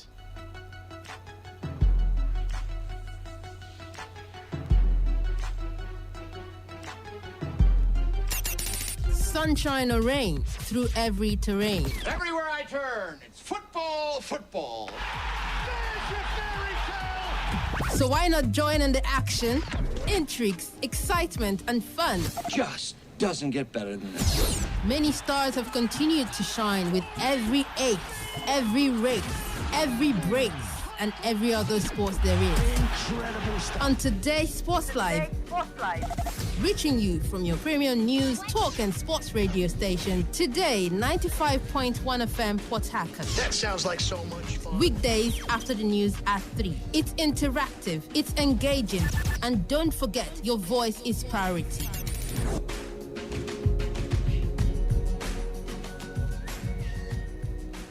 Hello, my name is Kanu Wanko, aka Papilo.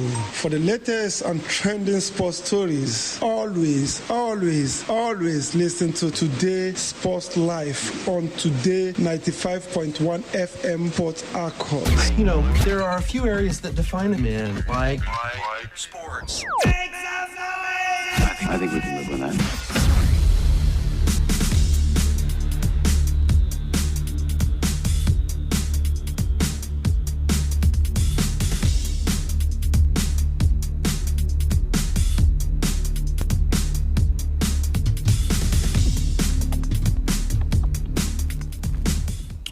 Well, a beautiful afternoon to you. Welcome to today's Sports Live on your premium news, talk and sports radio station, Today 95.1 FM, right here in Port Harcourt. My name is Wisdom Obina, and I'm here for, of course, today's Sports Live, as I told you, but I'm not alone. I don't do it alone on Mondays. A lot happened at the weekend, and it would be injustice if I decide to just do it alone. I have the Udogu one of sports.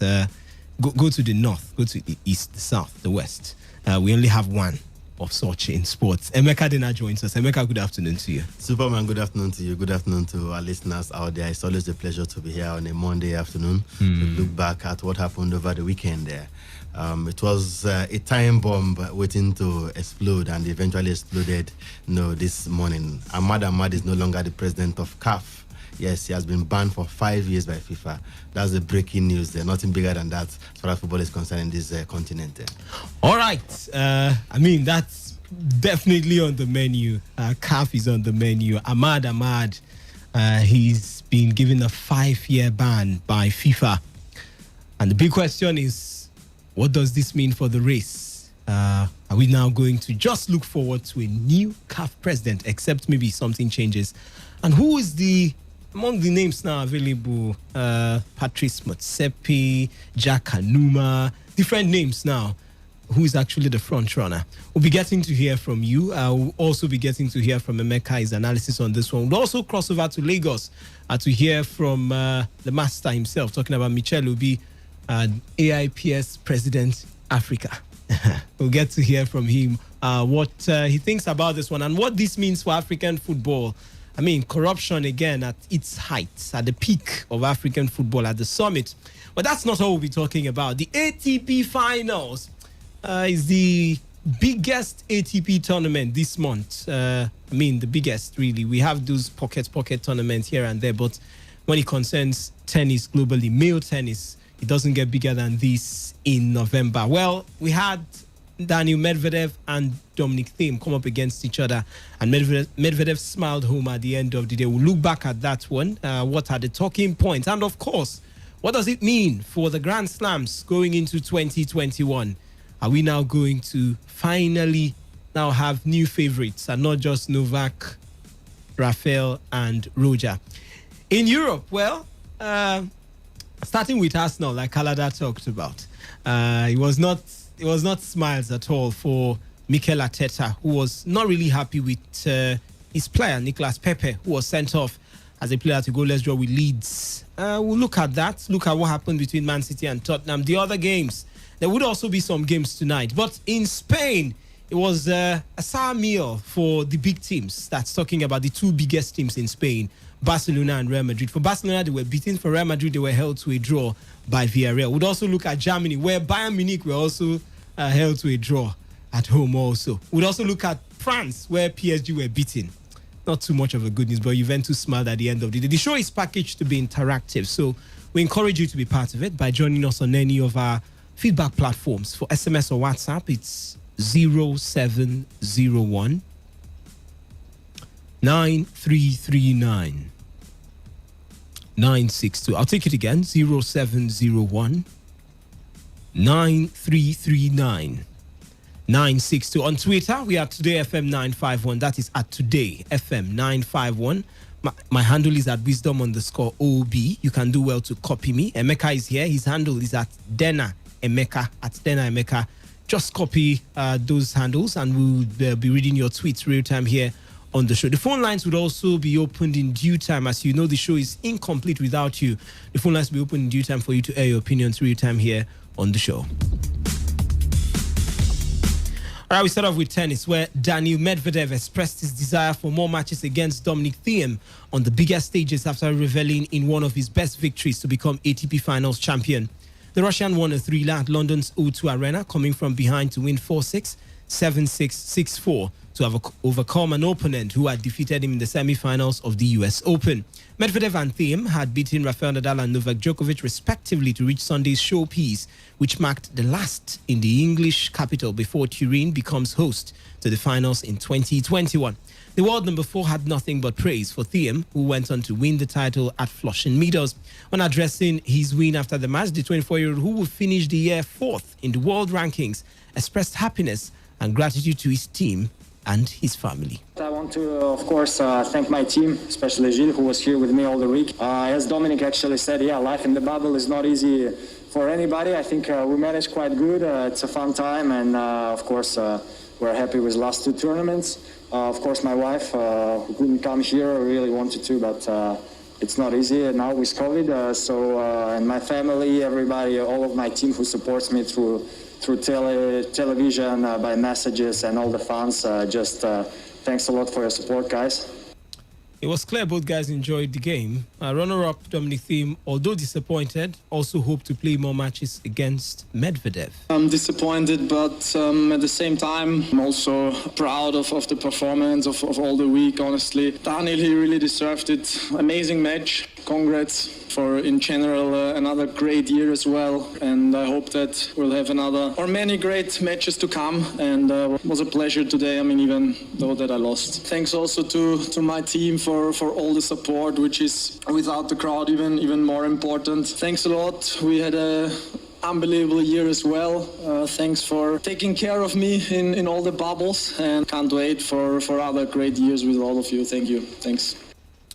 All right, Emeka, Daniil Medvedev crowning a fine year with the ATP Finals trophy. Did you see him beating Dominic Thiem?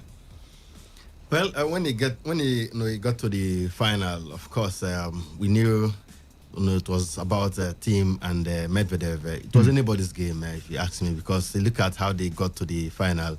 They beat the top 2 players, Nadal and Djokovic. Both of them beat Nadal and Djokovic, either in the group stage or in the semi-finals. And if you're able to take out the 2 favorites for the tournament, then you're as good as equally being a favorite yourself. So it was anybody's game. They were very impressive. For Daniil Medvedev, he had even a more impressive run to the semi-finals. Didn't drop a set in the group stages, won all 3 matches, got to the semi-finals where he eventually dropped a set. Was even on the verge of losing to Nadal, but was able to come back and muster that win against Rafael Nadal. And at that point, you definitely want to fancy his chances for what's his name, for his Dominic Thiem. He was equally impressive. Won his first 2 matches. His 3rd match was a dead rubber, more or less, and he was able to also take out Novak Djokovic in the semi-finals rider. So I think it was anybody's game. Even though somehow you want to fancy Dominic Thiem over Daniil Medvedev because of what he has achieved lately. He's the US Open champion. We all know that. At the end of the day, this man, apart from being the US Open champion, he played in the Australian Open final earlier this year against Djokovic. He has played in 2 previous French Open finals. 27 years of age, world number 3. Then you definitely want to fancy him over the other man, 24-year-old, Daniil Medvedev. But of course, the man that wanted it most, got it. If you ask me, it was a very keenly contested final. It wasn't a straight sets victory for him. 3 sets, right there, and that's what we expect from matches of that magnitude. And you get to a final, you don't want to see, it be a one-sided affair. It went the wire, and at the end of the day, the better man eventually won it. All right, Emeka, Thiem and Medvedev beat Rafael and Novak Djokovic en route to the final. I know this happened last year, and I'm sure we also asked the same question when we saw Stefanos Tsitsipas. But can we finally start breathing a new air when it comes to favorites for the Grand Slams of 2021? With what Medvedev did this year, he was unbeaten in 9 matches before, en route to the final, even from the previous tournament. Paris Masters. From the Paris Masters. Exactly. And for the Thiem guy now, he won the US Open. It's well documented already. But what we saw this year, and with some quarters believing Novak Djokovic is maybe dropping a little bit or something, should we start expecting 2021 to be the year when it's going to be an open field. It's not just going to be Novak, Roger, Rafael. We are going to be hearing, Dominic Thiem is a favorite, and maybe Daniel Medvedev. Superman, I think it's still very early to call, because you're talking about what we saw this year. We go back to Australia Open earlier this year, the first major of the year. It was Djokovic that won it. He came up against Dominic Thiem. Yeah. He beat Dominic Thiem to that one, and afterwards, the coronavirus struck. 6 months, 7 months, no serious tennis played anywhere. At the end of the day, we saw the US Open. Yes, Djokovic himself was defaulted, and a lot of people tipped him to win that tournament, save for the incident that happened where he hit the line judge, with the ball in the neck and all that. I think he would have won that one, but somehow he got, defaulted, and eventually, Dominic Thiem took the title. French Open happened thereafter. Nadal took it. We are still talking about the big boys dominating proceedings. Now, yes, both Nadal and Djokovic played in the season-ending ATP finals. Of course, neither of them got to the finals. But at the end of the day, you can't bet against them. They're still competing at the highest level. They're still beating these big boys. Now look at what happened in the group stages. Nadal needed to beat Stefanos Tsitsipas to advance to the semifinals. He did just that. Djokovic also needed to beat Alexander Zverev to advance to the semifinals. He equally did that. At the end of the day, they're still getting it right over the big boys. Yes, when it mattered most, they faltered, no doubt. But come Australia Open, the first Grand Slam of the year in 2021, I can't. I won't sit down here and tell you that Djokovic will not defend his title successfully. That is his best Grand Slam, as a matter of fact. He's won 8 times there already. Of the 17 Grand Slams he has won, 8 of them came from the Australian Open, and he knows how to play there. He knows how to win there. I remember the 2019 finals where he dispatched Nadal with relative ease in the final of that one. So these guys have done quite well. They are beginning to come up. That's what I expect from them. When you go up against Djokovic, against Nadal or Federer, you're able to hold your own, beat them, and tell us that, make a statement that you have arrived there. That's what we want to see. More consistency. You have done it in London. Will you be able to do it in Australia? When there's when the Indian Wells or Miami Masters comes up, will you be able to do it there? How about the French Open? How about the Wimbledon? When those majors come up, will you be able to hold your own? How consistent are you going to be? Stefanos Tsitsipas won the ATP finals last year. This time around, he didn't reach the semifinals. That's not consistency. Dominic Thiem has won the US Open. By next year, I expect him to challenge for more majors as well. He has played in 2 French Open finals, losing to Nadal, on both occasions. Next year, I expect him to win. If he's to get that far, that's consistency, and that's what we want to see.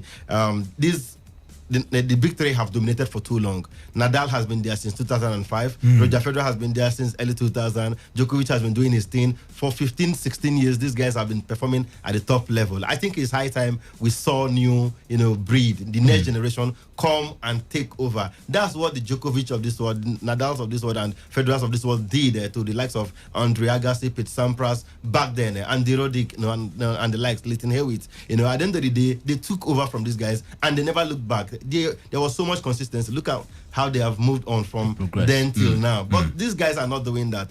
They shine today, tomorrow they go back to sleep and all that. And a 39-year-old man is still winning Grand Slam. 33-year-old, 34-year-old are still beating you. No, that is not the way to go about it. So for me, I think it's too early to call. We have seen something like this before. As a matter of fact, the big three have not won the ATP finals for the past 3 or 4 seasons now. I mean, you look at Grigor Dimitrov, Stefanos Tsitsipas, and now we have Daniel Medvedev. These guys, they win the ATP finals, but that's just about it. The Grand Slam comes around next year. What happens there? They fizzle out. The big boys take their turn. So I want more consistency from the guys, and I won't be cowed to eventually tip them to dominate proceedings when it comes to the Grand Slams by next year. All right. Before we talk about before we just reel out the final rankings, Emeka, looking back at 2020, I know it was not a complete year for any sport, but which one player stood out for you? Doesn't matter the rankings now. If you just look back at 2020. I will go with Dominic Thiem without a shadow of doubt. For me, I think I'm convinced he's the best player this year. He's number 3 in the world right now, not on top of the rankings, but this man played in 2 Grand Slam finals this year, winning 1 in the process. And, for the next gen, he's the only one that showed us that, he has what it takes to win the big tournaments. He got the US Open, beating Alexander Zverev in the final. A brilliant one, 5-setter, went the distance, right there. He showed consistency, even against the big boys. He's beating Novak Djokovic this year. He has also beaten Rafael Nadal. He should count for something at the end of the day. Yes, he fell short yesterday, but the Grand Slam is bigger than the ATP finals. We know that. And at the end of the day, this man got one of them at the US Open. So for me, he will be the man for me as the most outstanding player in 2020. Nadal winning the French Open is expected. After all, he has won 13 times there already. What's his name? Novak Djokovic winning the Australian Open, which he did earlier this year, is equally expected. Now, what happened to the other players? We've seen so many players show brilliance here and there, but when it got to the Grand Slam, I think I will go with Dominic Thiem. He has shown consistency already this year. All right, let me look at, or maybe let me just read out the final rankings now by the ATP. Novak Djokovic sits on top with 12,030 points. Rafael Nadal is second with 9,850. Dominic Thiem is third with 9,125 points. In fourth place, we have Daniil Medvedev. In fifth, we have Roger Federer. Sixth, we have Stefanos Tsitsipas. Seventh, we have Alexander Zverev. Andrei Rublev is eighth. Diego Schwartzman is ninth. And Matteo Berrettini completes the top 10. Well, we would wait to then be now till the Australian Open in 2021. It's too early, probably. Which is even in doubt, as a matter of fact. Yeah, with the current situation. Yeah. Well, let's talk about something that is no longer in doubt. Ahmad has been punished.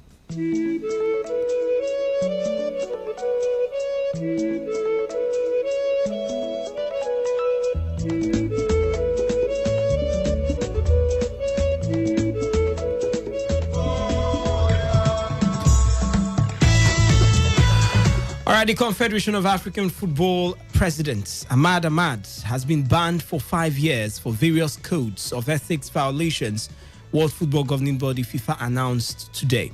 The 60-year-old Malagasy national, who took a leave of absence from his position at CAF to fully recover from COVID-19, was found guilty of violating codes relating to duty of loyalty, offering and accepting gifts, abuse of position, as well as misappropriation of funds. The investigation into Mr. Ahmad's conduct from 2017 to 2019 concerned various CAF-related governance issues, including the organization and financing of our Umrah pilgrimage to Mecca, his involvement in CAF's dealing with the sports equipment company, Tactical Steel, and other activities, a FIFA statement read. Mr. Ahmad, a FIFA vice president, has previously denied any wrongdoing. He had announced his intention last month to seek a second term in office when CAF elections take place next March. This is now in serious doubt, as he would have to pass an eligibility test to resume his place on the FIFA Council. All right, Emeka, is this the end of Ahmad?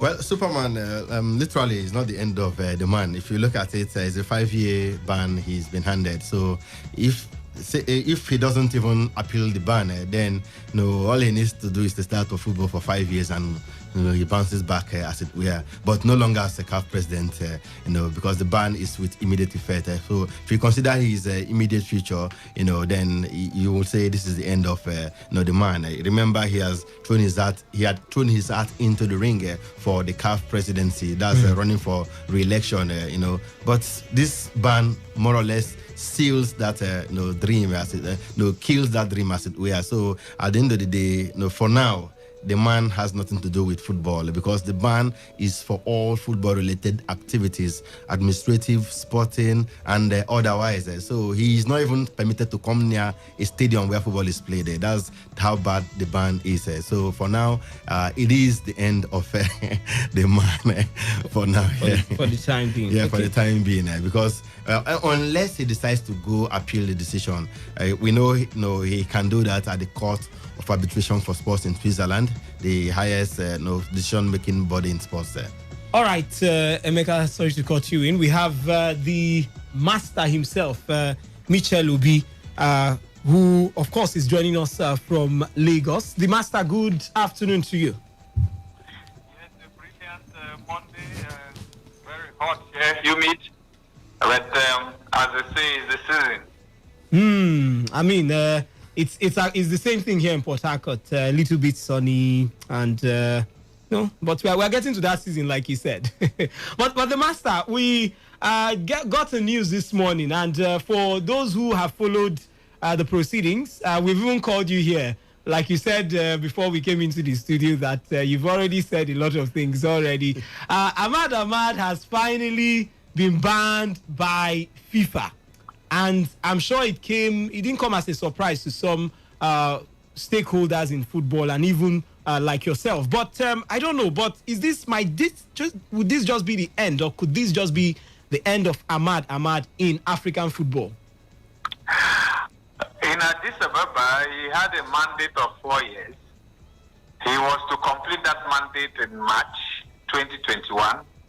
And interestingly, the COVID pandemic, like he has done with so many other top personalities, caught up with him. And from the hospital, he took a break.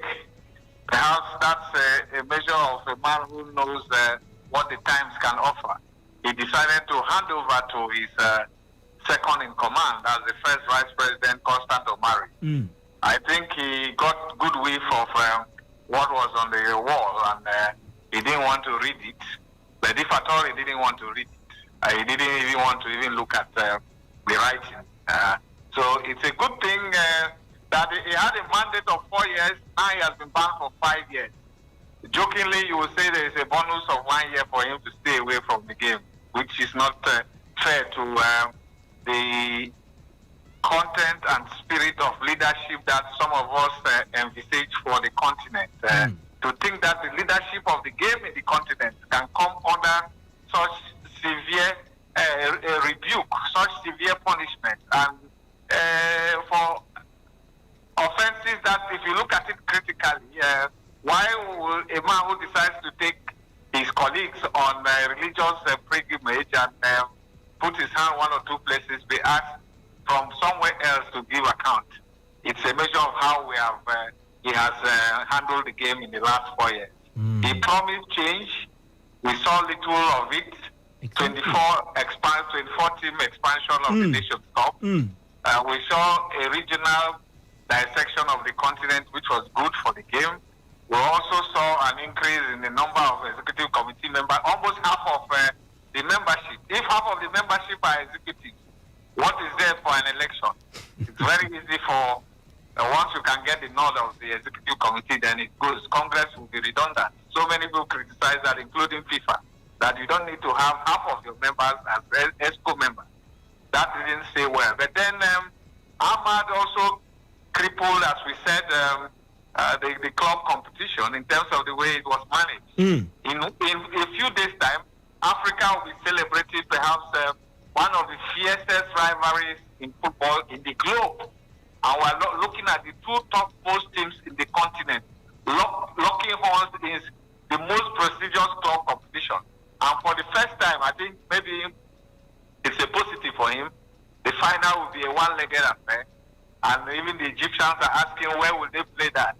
And to think that he will not even be there to see a clean final. The last final he was ended in a fiasco. So this will have perhaps been a fitting final for him to bid farewell. And it happens in a country where CAF has its headquarters. So we take it all in the strides of, as they say, one of the oldest continental organizations. CAF is older even in terms of its competition than even UEFA. But then when it comes to leadership, it's like we are still in the nappies. And that's why Issa Hayatou, wherever he is, the one who rules football like His Imperial Majesty, will be laughing and asking what has changed. He will even ask himself, is the difference really clear? It's a generational betrayal, and for some of us, it's like going backwards. All right, the master. look forward now, because I mean you've actually talked about the negatives and maybe at least the positive of a one-legged final for the CAF Champions League involving Al Ahly and Zamalek. But let's look at the CAF presidential race. This actually throws it quite open, because we know that his presence means a lot. Let's not forget, he said he had gathered 40-something votes already. 46 endorsements. Exactly. And I remember speaking with Emeka, and I told him that those endorsements are like bikinis. What they reveal are not as interesting as what they hide. Exactly, but the master, we have Patrice Motsepe, we have Jacques Anouma, different other names who are actually coming out now to tell us that they want to be the next CAF president. What does the House staff Ahmad mean? They are not telling you that they want to be the next CAF president. They are saying that they are in the race. Okay. They are in the race for the CAF presidency. And the election date has been fixed, March 12th in Morocco. And what they are waiting for now is to go past the eligibility test to see whether their candidature can stand the test, the demands of electoral body. And one of the electoral body, FIFA, has started scrutinizing, because the CAF president is automatically a FIFA vice president. Yeah. And that is why Ahmad came under the kind of punishment he has taken, because he's the FIFA vice president, and FIFA under Infantino perhaps peripherally doesn't compromise on issues of integrity and corruption. I think Infantino says he wants to be seen as Mr. Anti-Corruption, and you may want to align with him on that. You may also want to look at him and say, but nothing really is deep in all of that, given the past and given even the present. But one thing is sure, for you to be FIFA CAF president, you must also go through the FIFA scrutiny, the integrity test. And that is where we will see some Irokos may just fall off. May come on, they may not fall, but they will come under the wind, or is it the heavy breeze. Whether the leaves will be blown apart or whether the branches will collapse is another thing entirely. To put it clearly for your listeners, you have 5 candidates, but now one of them is off. So strictly, we have 4 personalities in the race for the CAF presidency. 2 of them from the COSAFA region, that's the Central and South African region. You have the incumbent who is out now, and then you have Mosepe. Mosepe is from South Africa. He has the endorsement of the South African government, and he is backed, interestingly, by the Nigerian FA president Amaju Pinnick, South Africa and Nigeria. For me, I look at it with another eye. I am not a fan of backing South Africa, given the way they've treated us over time. Some of us in the university paid hard-earned support to fight apartheid, and I know that the way South Africa conducted itself in recent times, really looking at Nigerians as targets of xenophobia, didn't really go down well. I mean, I hate to think that for all what we did for South Africa, they could treat us that way. You can think about some of the fight all around, even musically, culturally, everything we did. And so, if you come to support South Africa politically, I hope they will understand that we are brothers and they should give us that respect. We backed them when they hosted the World Cup. We killed our own bid to allow them host the 2010 World Cup. But since the World Cup ended, has any of them come back to say, look, Nigeria, you helped us to be part of the World Cup. You made the World Cup a success, and we are grateful. We understand it. So sometimes a brother must show that you are a brother. Fraternal ties must just go beyond the emblematic nature. There must be deep areas of alignment for us to know that we are brothers, not only in deed but in need. And so, Amaju backing Mosepe, yes, but of course, it's a script that is written somewhere else. The other candidates are from West Africa. The young man from Mauritania, Ahmed Yahya, is a good, prudent business guy. He's done well for Mauritanian football. Some of you who didn't know that you have a beautiful stadium in Nouakchott. We are beginning to know about Mauritania. And Yahya is ready. He has the North African voice.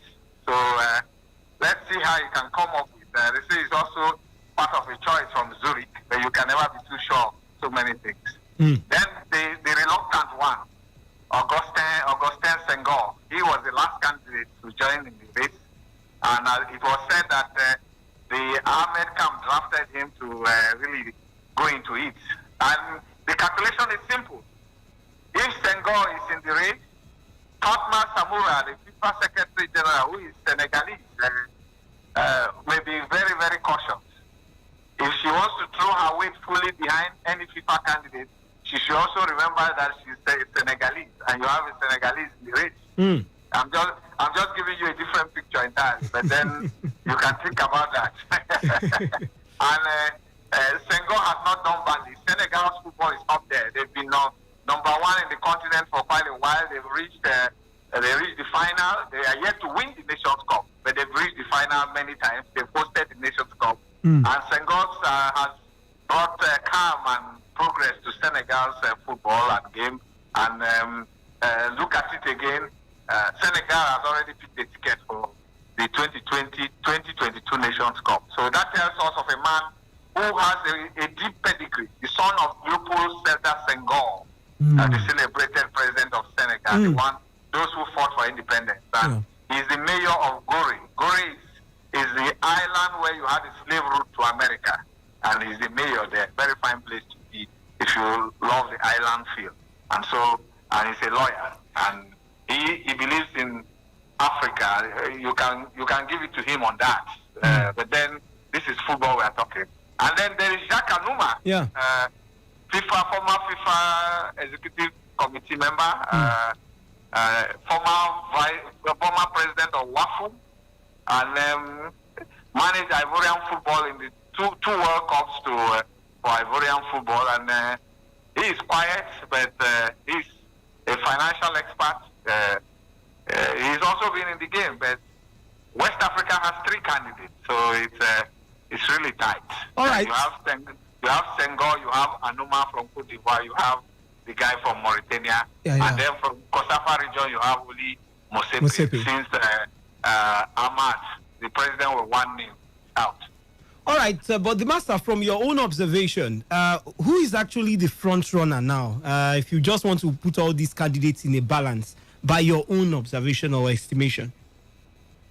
Going by the endorsement that have come after they have submitted their nomination, Mosepe is gradually caressing some attention. But the young man from Mauritania is also making inroads, especially with North Africa not having a candidate, and Mauritania closer to North Africa. They share the same Maghrebian disposition. So the North Africans will be at home with Mauritania, and Ahmed Yahya, they will be at home with the Senghor, who is a black African, to put it as direct as possible. And so the integrity test is throwing up a lot of realignment. Now we'll see who want to adjust. There may be adjustments. Senghor, Yahya were both in the Ahmad camp. Okay. And now that Ahmad is off, they will feel more confident to go all out. And that may mean a realignment in the support level. But as I told Emeka, African football politics defies logic. It can even change at midnight. And at 1 a.m., you also have the change. Until the vote is done. And somebody is not smiling at you, then you know exactly whether you have won or not. Or lost. All right, Emeka also has a question for you. The master, it's obvious that FIFA has a hand in all of this. At least we have seen Ahmad being knocked out of the race now by FIFA itself. Who is the FIFA preferred candidate as far as No, when you say FIFA has a hand, you must have a shoulder first before FIFA brings in their hand. You give them a shoulder before they can lean on. If Ahmad didn't do the things he did, FIFA would not come close. Of course, Ahmad, you must remember, also was a baby of FIFA. So if you are a baby of a FIFA, you always remember your father or your godfather. Right. So who is the FIFA preferred candidates going forward now? They won't tell you anything, but one thing is sure, they will look for who can carry the FIFA agenda, and who can carry the FIFA agenda better. The one who is readily disposed to using that agenda as a way of currying FIFA's good clout. So Africa needs to open her eyes. Africa needs to be more circumspect. Africa is the big bride. With 54 votes, every FIFA president needs Africa. Because Africa becomes the, as they say, Africa becomes the cynosure of all eyes. And Africa has the capacity to change direction of any vote. And UEFA has maintained a certain measure of independence. To think that Infantino was Secretary General of UEFA and he doesn't have a sweet, romantic relationship with the former organization he managed the secretariat tells us something. He's finding the base. He's finding the base.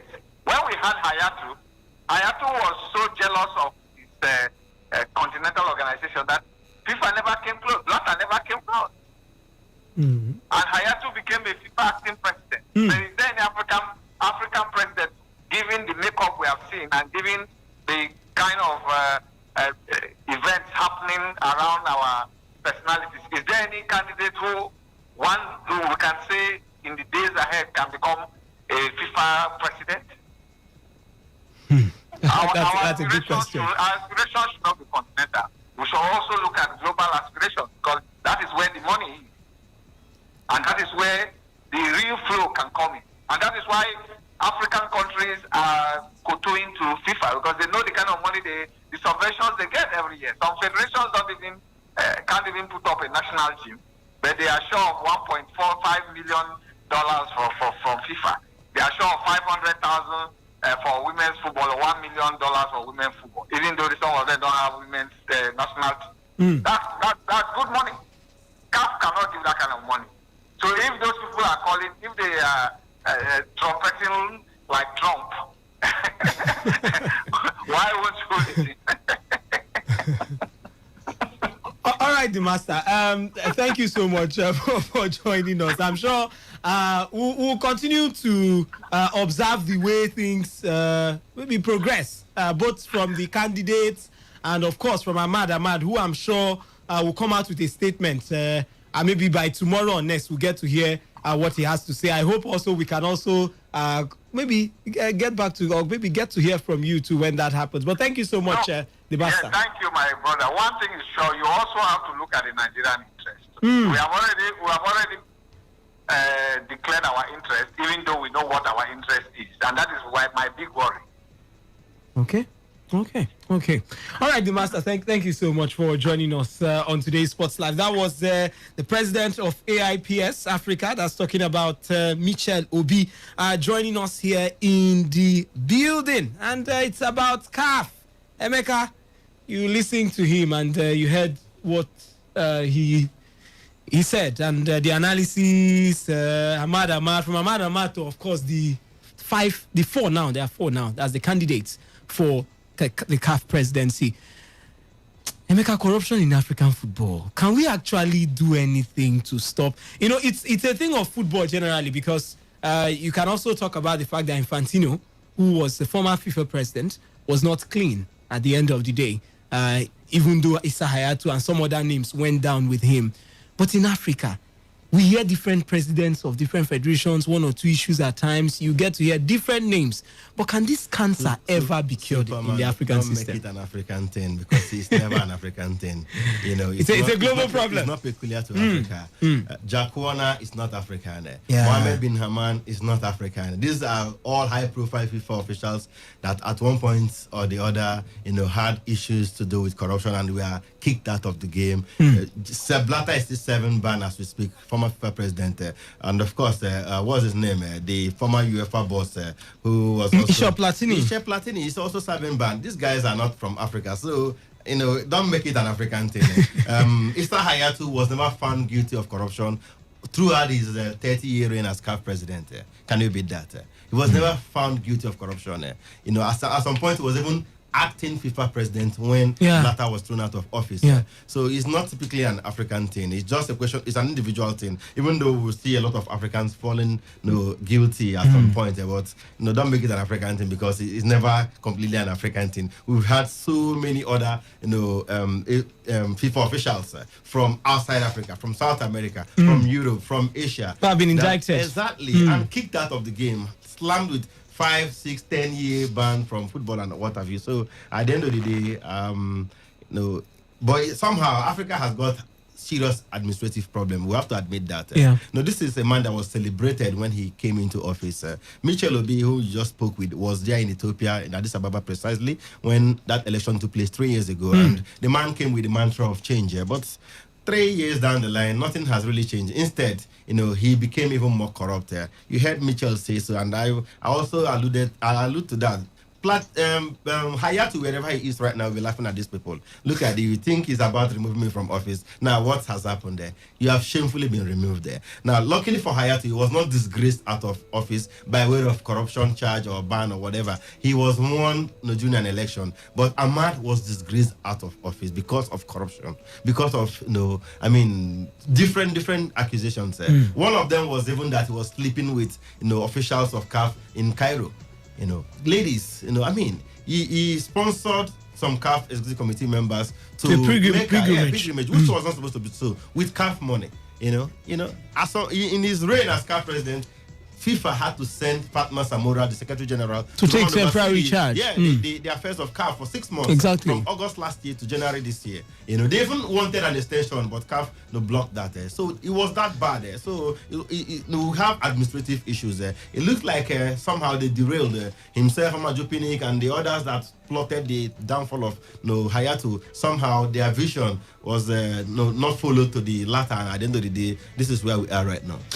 All right, let's move over to England and talk about European football. We'll get to open the phone lines in due time. I'm sure you're itching to be part of the conversation here in the building. But because of our time, let's just rush over to England and talk about the Premier League.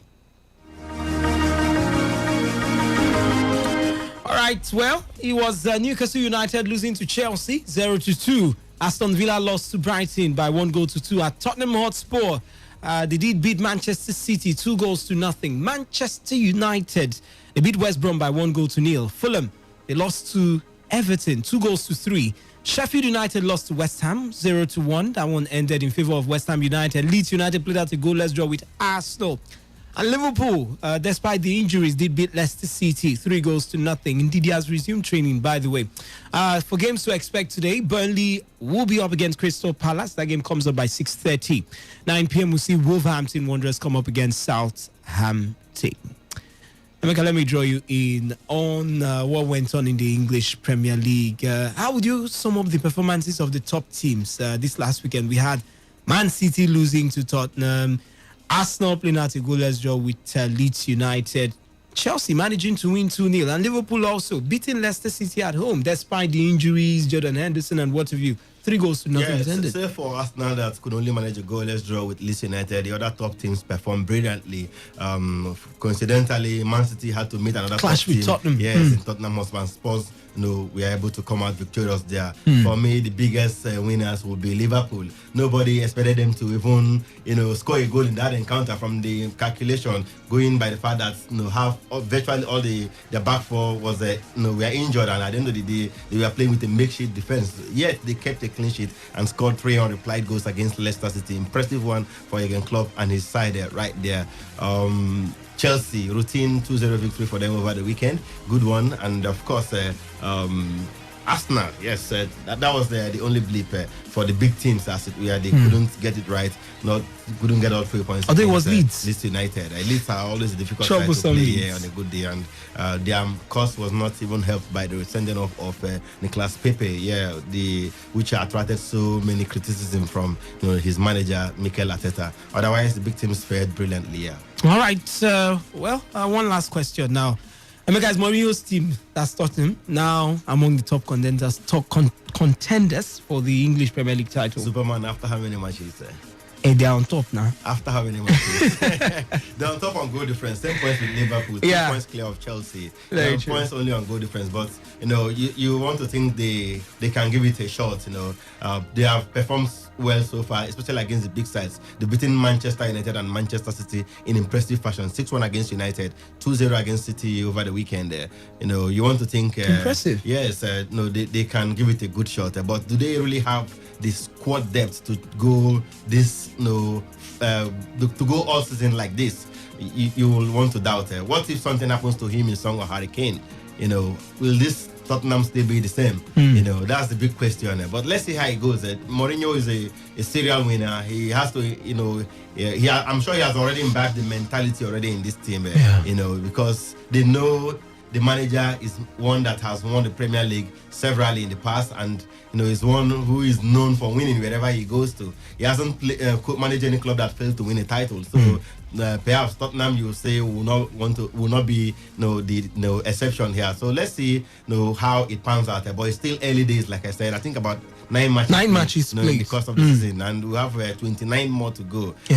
Between now and then, a lot can change. Okay, if they are able to be consistent the way they are going, it looks like they can challenge for the title. All right, 20 points from 9 games played. That's what it means for Tottenham. Liverpool also has the same 20 points from 9 games played. Just a goal difference separating the two. Chelsea are third with 18 points from 9 games played. Leicester City are fourth with also 18 points from 9 games played. Where's Manchester United? Okay, they are 10th with 13 points from 8 games played. Arsenal are 11th with the same number of points, 13 points from 9 games played. In Spain, Levante played at a 1-1 draw with Elche. Villarreal played at a 1-1 draw with Real Madrid. Sevilla beat Celta Vigo 4-2. Atletico Madrid, they beat Barcelona 1-0. Yannick Carrasco with the goal for the Atleti side. Eibar played at a goalless draw with Getafe. Cadiz, they lost to Real Sociedad, who are on top of the table with as much as 3 points separating them with the other side. Granada, they lost to Real Valladolid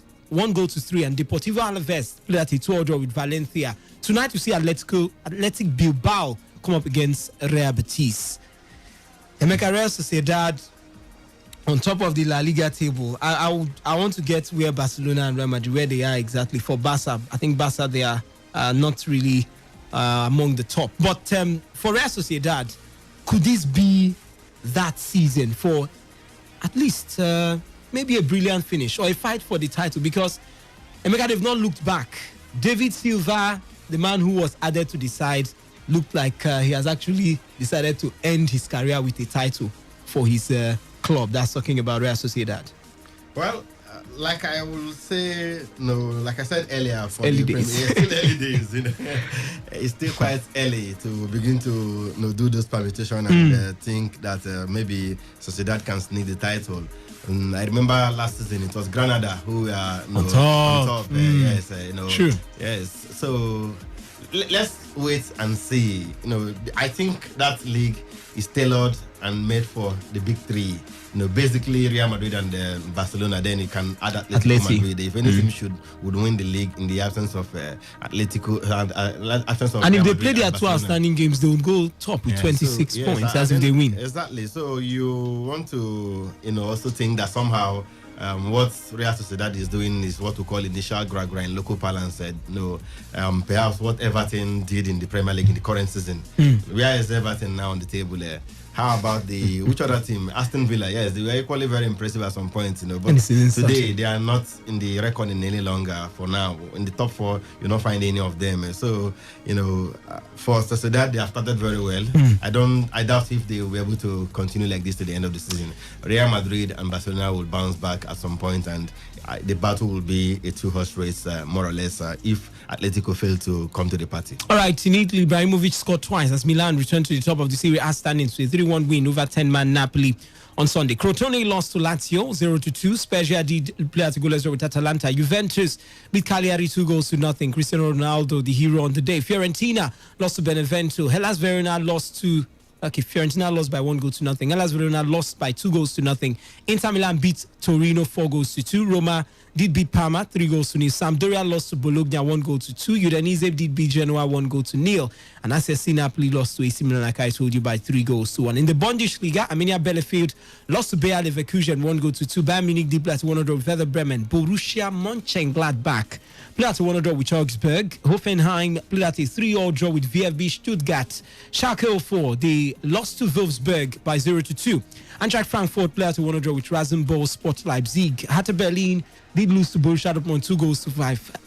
Erling Braut Haaland, I'll still say it is the next big thing. Freiburg lost to Mainz 05 1-3. Cologne lost to Union Berlin by 1-2. Even if Taiwo Awoniyi got the opening goal for the Union Berlin side. In France, Brest did beat Saint-Etienne 4-1. Nantes played at 1-0 with Metz. Dijon did lose to Lens 0-1. Montpellier did beat Strasbourg 4-3. Rennes did lose to Nîmes 0-1. Angers did lose to Lyon by 1-0. Lille beat Lorient 4-0. And early on Friday, PSG, they were leading by 2-0 at some point, but Monaco came from behind. Says Fabregas, really part of the game right there. Kevin Volland got a brace as Monaco beat PSG 3-2. Emeka, from Italy down to Germany and of course in France, Zlatan first looking like he's getting better with. As a matter of fact, Gattuso said Zlatan is better than he was 10 years ago. And in Spain, in Germany, Awoniyi looks like maybe he might just start again, because some people have given up on him already, including maybe some Nigerian fans. Then in the French Ligue 1, PSG lost. Do we blame that on COVID-19? No, but I remember PSG started the season with 2 defeats, and even with the loss over the weekend, I think they're still top of the table right there in France. Yeah. So it's not something that we should worry about. They hardly lose in the French Ligue 1, but even if they lose, they wouldn't change anything in terms of the standings. For Taiwo Awoniyi, good to see he's getting a new lease of life over there in Germany with Union Berlin. Got the goal for them at the weekend. We hope he's consistent. Last season he managed only 1 goal on loan right there at Mainz 05. But this time around, they started to play good football and equally get a goal or 2. Good for him. And for Zlatan Ibrahimovic, come on, 10 goals already in the league. He's 2 clear of Ronaldo in the top scorers race right there in Italy. Unfortunately, he finished that match injured, and we don't know the length of injury and what have you. But to see that a 39-year-old man, is the leading scorer in Italy. And last time he was Chiro. Exactly. He started from last season, taking that form again into this season, and considering his age, it's inexplicable, more or less. I don't know how he does this thing. The man is getting better with age, and it's brilliant to see. All right, let's get to the phone line. 0817 0000951 0810 9510951. Today's Sports Live. Hello. Hello, Superman. Good afternoon to you. Good afternoon. Good afternoon. My name is Destiny. Let's hear you. Yeah. Talking about Ibrahimovic, the second goal. I don't think most of the strikers will score that goal. I watched the game. I have interest in that game. And the second goal, and Sekolo Ibrahimovic to score that goal. And the commentary man was saying, it's only Ibrahimovic that can score that kind of goal. And it's getting better every day. I just thought that I replace him with like I said. And bring him back. The man is giving me the impression that it's better than most of the strikers we have now. And I want to ask a question. Okay. Was that not a penalty that against Leeds United? Was that a penalty or not? Arsenal against Leeds United. Yes, Do you think it's a penalty or not? Yeah, I think it was a penalty. Yeah. If you think it's a penalty, that's. But you know one thing is these days I try my best not to argue with refereeing decisions, because if you can go and look at the pitch side monitor before deciding, maybe you know better than me. I did not go to any refereeing school. Today's Sports Live. Good afternoon. Good afternoon. Good afternoon, guys. Good afternoon. Yeah. Good afternoon. I'm Pastor Mike calling from Aba. Pastor Mike, let's hear you quickly. Yeah, talking about these old men. These men at the point of retire. They are now enjoying themselves. Movie, playing good, talking the chat in Italy. This is very wonderful. With Cristiano Ronaldo. Thank God for the league is back for us to sit down and enjoy ourselves last week, and that was very good. Chelsea, they get him as 1 point, and that's my draw.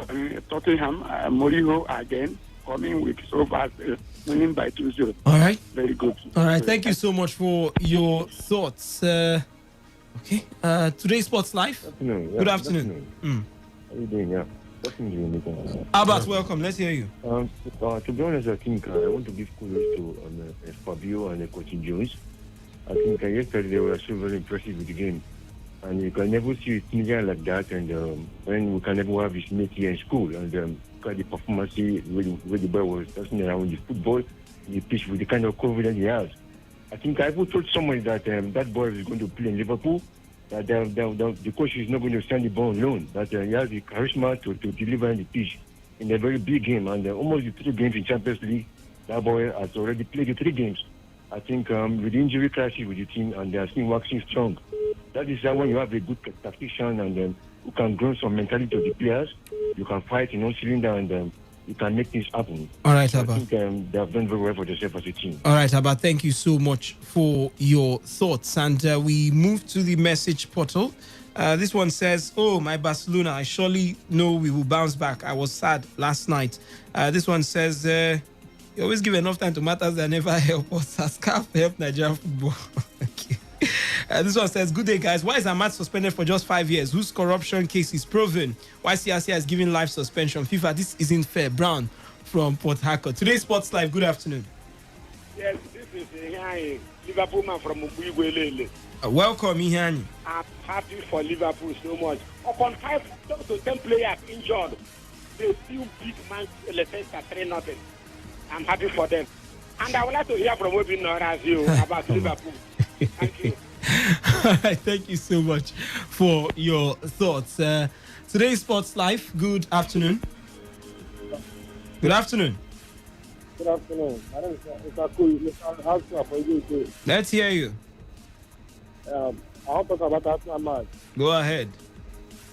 But then I said, I'm going to go for me. Come again. Please speak up. We are struggling to hear you. Every time they start test, I'm going to go build a for me, I beg. Okay. Ozil. Yes. Hey, yeah, okay. I'm sure he'll get your message if he's interested. Today's Sports Live, you're our last caller. Hello.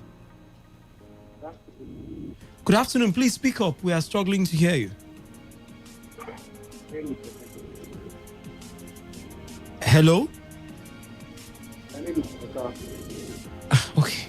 Sorry, we really are struggling to hear you there. Well, this is where we draw the curtains on today's edition of Today's Sports Live. Thank you so much for your time. The sports will be back at exactly 3 p.m. tomorrow for another edition of Today's Sports Live. But before that, we have Sports Attack that comes up by 7:30 a.m. in the morning. Until then, stay safe and, of course, keep it locked on this dial, Today FM 95.1 FM.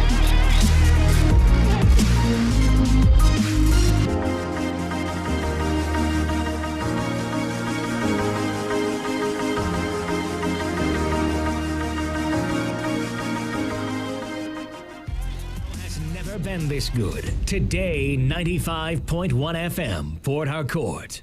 This is Today 95.1 FM, Port Harcourt, voice of the people. This is Today 95.1 FM. To copy this tune, press 9. This is Today. 95.1 FM. For current news and information, press 5. They are politicians, all of them. They know what they do. So they know how they attack each other. To stay connected all day, press 1. The person who raised the alarm is the one who made the public know about Good afternoon and welcome to the World News on your Premium Talk Radio station. We are your premium talk radio station. Today 95.1 FM, the station with a unique dial.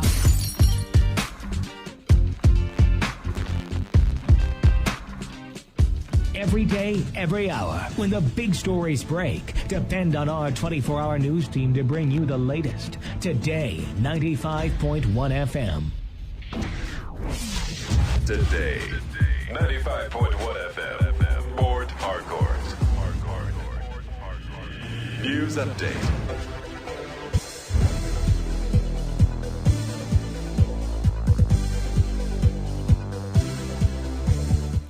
All right, good evening. Here is the news update at 4 on Today 95.1 FM. I am Kala Da Kurubatubo. A federal high court has ordered Senator Ali Ndume to be remanded at Kuje Correctional Center for failing to produce the former chairman of the defunct pension tax team, Abdul Rashid Maina. Ndume, who is representing Borno South, stood as surety for Maina's bail, who is standing trial on alleged money laundering charges. However, Maina has repeatedly failed to appear in court for the continuation of his trial. In a bench ruling delivered by Justice Okon Abang, the court ordered his remand pending the fulfillment of his bail bond, which is the forfeiture of 500 million naira to the federal government. The court also empowered the federal government to sell Senator Ndume's property at Asokoro in order to recover the 500 million naira bond. Ndume's lawyer, Marcel Oru, however, vowed to appeal the court ruling. Maina's trial in absentia was adjourned to November 24. Security operatives have been sighted around Rumokoro area enforcing the 24-hour curfew declared by Rivers State government. Our correspondent, however, observed that human movement has been allowed in the area while trading activities have stopped completely. Our correspondent also observed that trading activities have been moved to Rumaolu area due to the curfew in Rumokoro area. In the meantime, some traders and commuters who spoke to our correspondent, Rosemary Nwaobasi, have lamented over the closure of the market.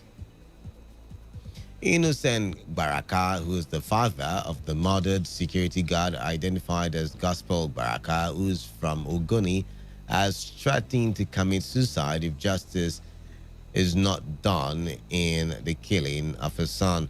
Gospel Baraka, a security guard with a private security company within Abonima Wharf, Port Harcourt, was allegedly shot dead by a marine police officer. The father of the deceased, in an interview with newsmen, said he will commit suicide if the killer of his son is not brought to book. Baraka, while recounting how he managed to train his son in Polytechnic, called on the police authority to ensure justice in the matter. The elder brother in the battleground state. And that was the news update at 4 on Today 95.1 FM. Do not forget, take responsibility. Wash your hands on a regular with soap on the running water. Always have with you at all times alcohol-based hand sanitizers. Avoid touching your face and eye contact surfaces to prevent the spread of coronavirus. If you can, work from home. Otherwise, observe social distancing and always wear your face mask when in a gathering of two or more people. COVID-19 is real. However, it is not a death sentence. Stay safe. Stay tuned. Good evening. I am Kala Dakurubatubo.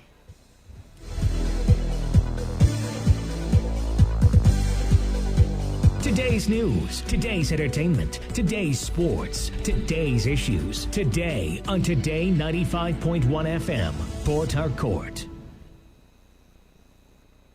Ladies and gentlemen, may I have your attention, please? This president's failed. It's about the future of this country. We're going to take it back. We're going to take it back. You asked us to vote you into that position so you can bring about that solution. So when you vote me, then you sleep. Let me see if I can take another phone call. Hello, Today 95.1 FM. Good morning. What makes a policeman to be able to feed is the gun he's holding. They use their gun to extort money from people. Good morning. What's your name and where are you calling from? No longer news that we are truly the voice of the people. Am I not a slave in Nigeria? I refuse if you are. If you say you're a slave. Let's not get to that now. So the Nigerian is philosophizing.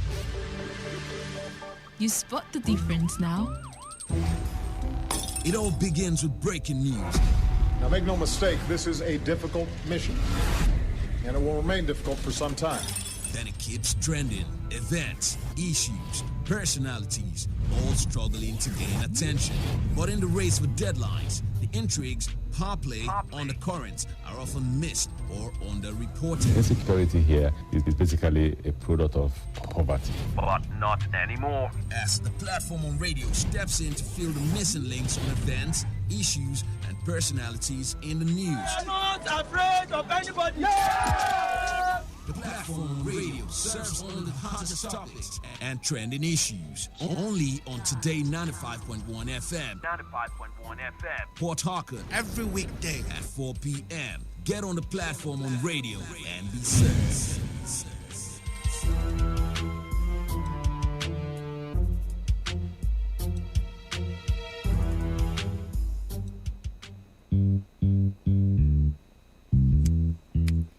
Stand, greet. Good morning, sir.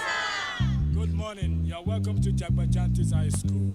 My name is Sound Sultan, your new mathematics teacher. By the way, do you understand Pidgin English? Yes, sir. Okay, now what we go use henceforth? Okay, carry your paper. Carry your paper. Them for my class. People of this world, them plenty. The sins of this people, many. So many. Many times plenty, multiplier.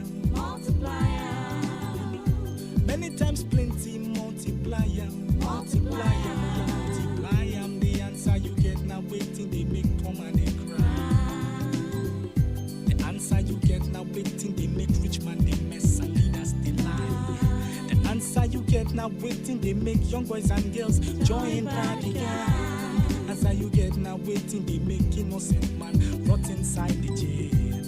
Get it, and then agree to grant a bail. Get it, oh. Everybody, oh yeah, join Jagbajantis, make we solve mathematics. We did our continent, so Oyinbo say about mass we go use take solve mathematics. So follow Jagbajantis. So ya carry by be for brotherhood. Love your neighbor as yourself, oh, for objectivity. Be objective, gentlemen. D for democracy. No matter how bad it is, never military. Now M for modification of our behavior, let's stand to the same behalf. A, accountability. If you've been a chop money, I beg you take them easy. S for solidarity. Not every time divided, oh my share. We enter new millennium. Nigerians like 120 million. One population of 6 billion. 6 billion. Divide that 1 by 120 million all together. Oh yeah. All together. The answer you get now waiting, they make people they jar. Come on for Niger. Answer you get now waiting, they make people want travel. By hook or by crook. The answer you get now waiting, they make people they sleep for embassy, for visa. Answer you get now waiting, they make people they sell them property for ticket. Get it. Then they travel, see. Get it. Oh, hey. Everybody, oh yeah, join Jagbajantis, we solve mathematics. We did our continent, so Oyinbo say no partners, we go use take solve mathematics. So follow Jagbajantis. So ya carry by be for brotherhood. Love your neighbor as yourself, oh, for objectivity. Be objective, gentlemen, ladies. Be for democracy. No matter how bad it is, never military. M for modification of our behavior, let's stand to the same behalf. A, accountability. If you've been a chop money, I beg you take them easy. S for solidarity. United we stand and divided. Oh my shell. You just the HSCity. Shut it down. And there's the VG City. Shut it down. Right go level for HSCity. HSCity. Rich man corner be VG City. VG City. You try add AJ and VG City all together. Oh yeah, all together. The answer you get now waiting they make rich man oppress and then suppress. The answer you get now waiting they make poor man depress. But then aggress. The answer you get now waiting they make poor man they try to keep up with the Joneses. Answer you get now waiting they make poor man begin. They try to prove a limit. Get it. Never get money done they finish. Get it. Oh, hey. Everybody, oh yeah, join Jama Jantis. Solve mathematics. We did about our continent. So, Oyibo say the bonus we go use take some mathematics. So follow Jama Jantis. So ya can situation in this nation, disposition, our condition, unexplainable pain. In our hearts, not to mention brothers killing brothers, full of patience, salvation. Resolutions are made, but always made with lack of vision. Imperfection is the order as we keep seeking solutions. Only God can solve this mathematical equation. Thanks for your contribution. Now, any more questions?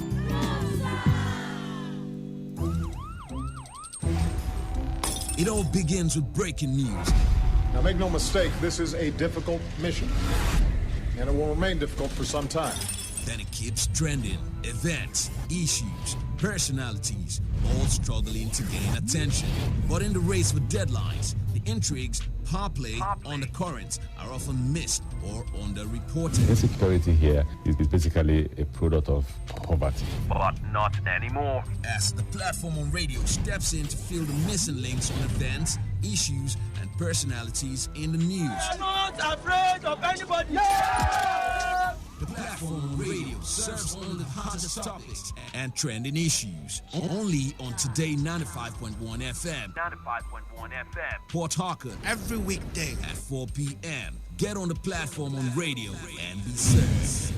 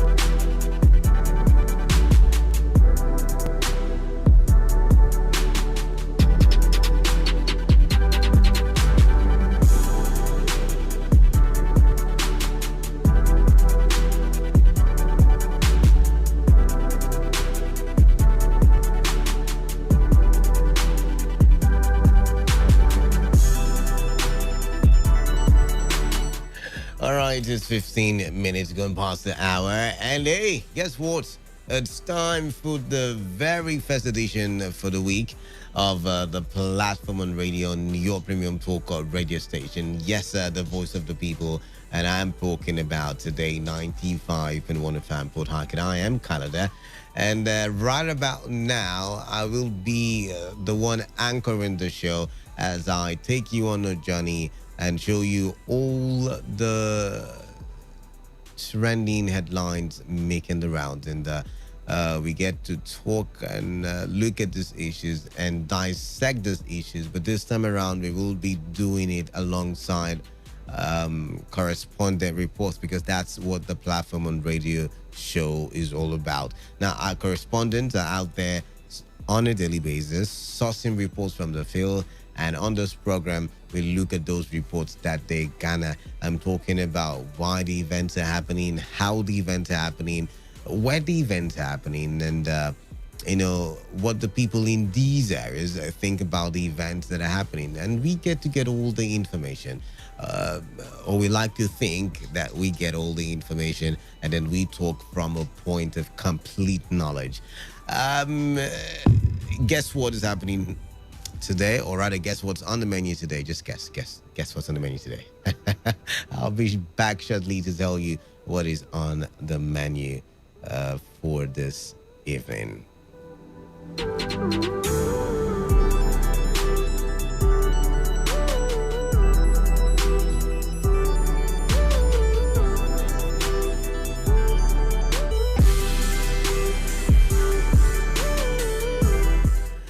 On the menu, Chairman of Presidential Amnesty Program dismisses report of plans to end program. All right, now. Father of victim of police brutality threatens to commit suicide if justice is not done in his son's death. Now, Labour leaders walk out of meeting with federal government in Abuja, and it promises to be interactive, promises to be interesting, and it's going to be, I beg your pardon, mind-blowing and educative. So you want to stay tuned to Today 95.1 FM.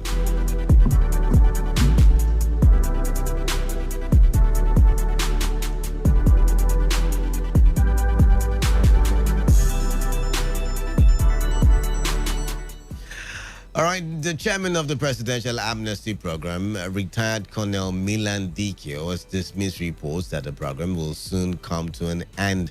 Dikio was speaking when he appeared on the television program Monitor from Port Harcourt. Now, the Amnesty boss noted that the Amnesty Office is, however, making efforts to review the program with the aim of identifying where to make improvements. We want to say emphatically that we are not pulling out a date from the air. Rather, we want to examine in a holistic manner what has been done, how well has it been done, and what needs to be done. And so, based on that, we can benchmark what needs to be done with specific timelines. That will enable us to achieve the objective for which the Presidential Amnesty Program was set up. There was an agreement in terms that the amnesty program cannot be open-ended. However, the general sentiment expressed is that there were promises that were made that are yet to be fulfilled. We in the amnesty program are determined to ensure that we keep our own part of the bargain by ensuring that our services get to the ex-agitators, who are the primary reasons for which the amnesty program was established. Now, Colonel Dikio also noted that the tenure arrangement of the leadership of the office is not the best of way to run a disarmament, de-radicalization, and reintegration program. Well, I'm very conversant with how the United Nations runs a DDR program. I think that the Amnesty Office has become a place for tenured appointments. That is far from how to operate a program like this. And so I intend to reorganize the place with the blessing of my superiors to create a lean and efficient machinery so that we will drive each phase of the program with the requisite qualified staff so that we can deliver set targets on time. All right, now, this talk of amnesty in the Niger Delta has been a controversial topic for quite some time. Should we end it? Should we elongate it? Should we rather extend it? The conversation has been brewing for a while. And I remember the last time Gift from Unigua and I had a confrontation. I was talking about the needlessness of the amnesty program. And, he begged to defer at the time. And I'm looking at it now. And Colonel Dikio seems to be echoing my thoughts. I mean, you're doing what do you call it now? The radicalization program. You're doing an amnesty program. And, what comes to mind is you are putting a tenure, after 4 years, the next person will come in and he will be in charge of the. That means you're saying that there will be no end to the amnesty program. I mean, I am against the amnesty program in the first place. I mean, everybody knows that already. But then again, not having an end to it, it's yet again another problem. And DQ is saying, no, we're not ending the program anytime soon. But we are looking at editing the documents that make up the amnesty program. We're looking at rewriting the constitution of the amnesty program, and we want to make sure that it is in the interest of the Niger Delta. But I'm looking at it from another angle now. The amnesty is more like, subsidy. They have similarities. And if the government removed subsidy and is having this much backlash, don't you think that if it removes yet again another kind of subsidy, in the name of amnesty, that there will be some kind of riots? I mean, how do you think the amnesty program should be handled? How do you think the amnesty program should come to an end? Or do you think it should never come to an end? These and many more questions I have in my head. But top of it all is how effective, has the amnesty program been since its inception? I'd like to know.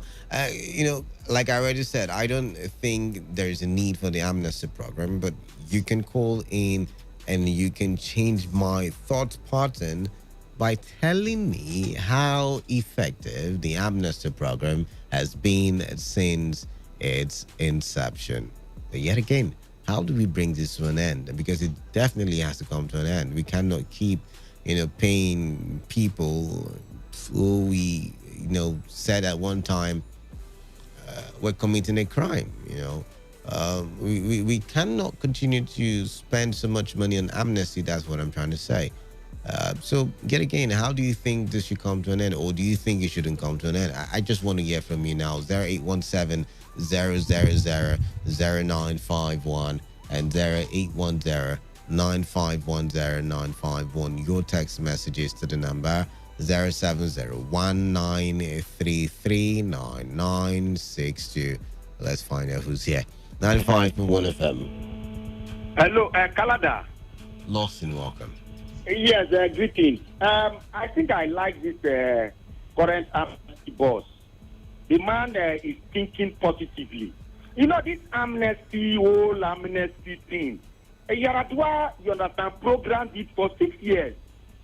And the essence of it was, you understand, to get their weapons, get them off the area, and develop the area within the 6 years. But it looked as if the part of the development, because Yaradua died, was not followed through. Right now, he's just paying. Kalada, tell me, how do you pay somebody who has done nothing? Absolutely nothing, no work done. How do you gather money? Do you know how much money that has entered there? And then you use it to pay people who just sit at home, do nothing at the end of the month, they go and get paid? Do you know that one of the ways through which we can come out of this recession is production? It's for government to encourage production. Now, since they don't want it to end, they are arguing anytime, because when the president came, as at the 6 years as elapsed, he wanted to end it. There were lots of threats here. So, since they don't want to end it, you understand, government should look for a way to put them in productive ventures.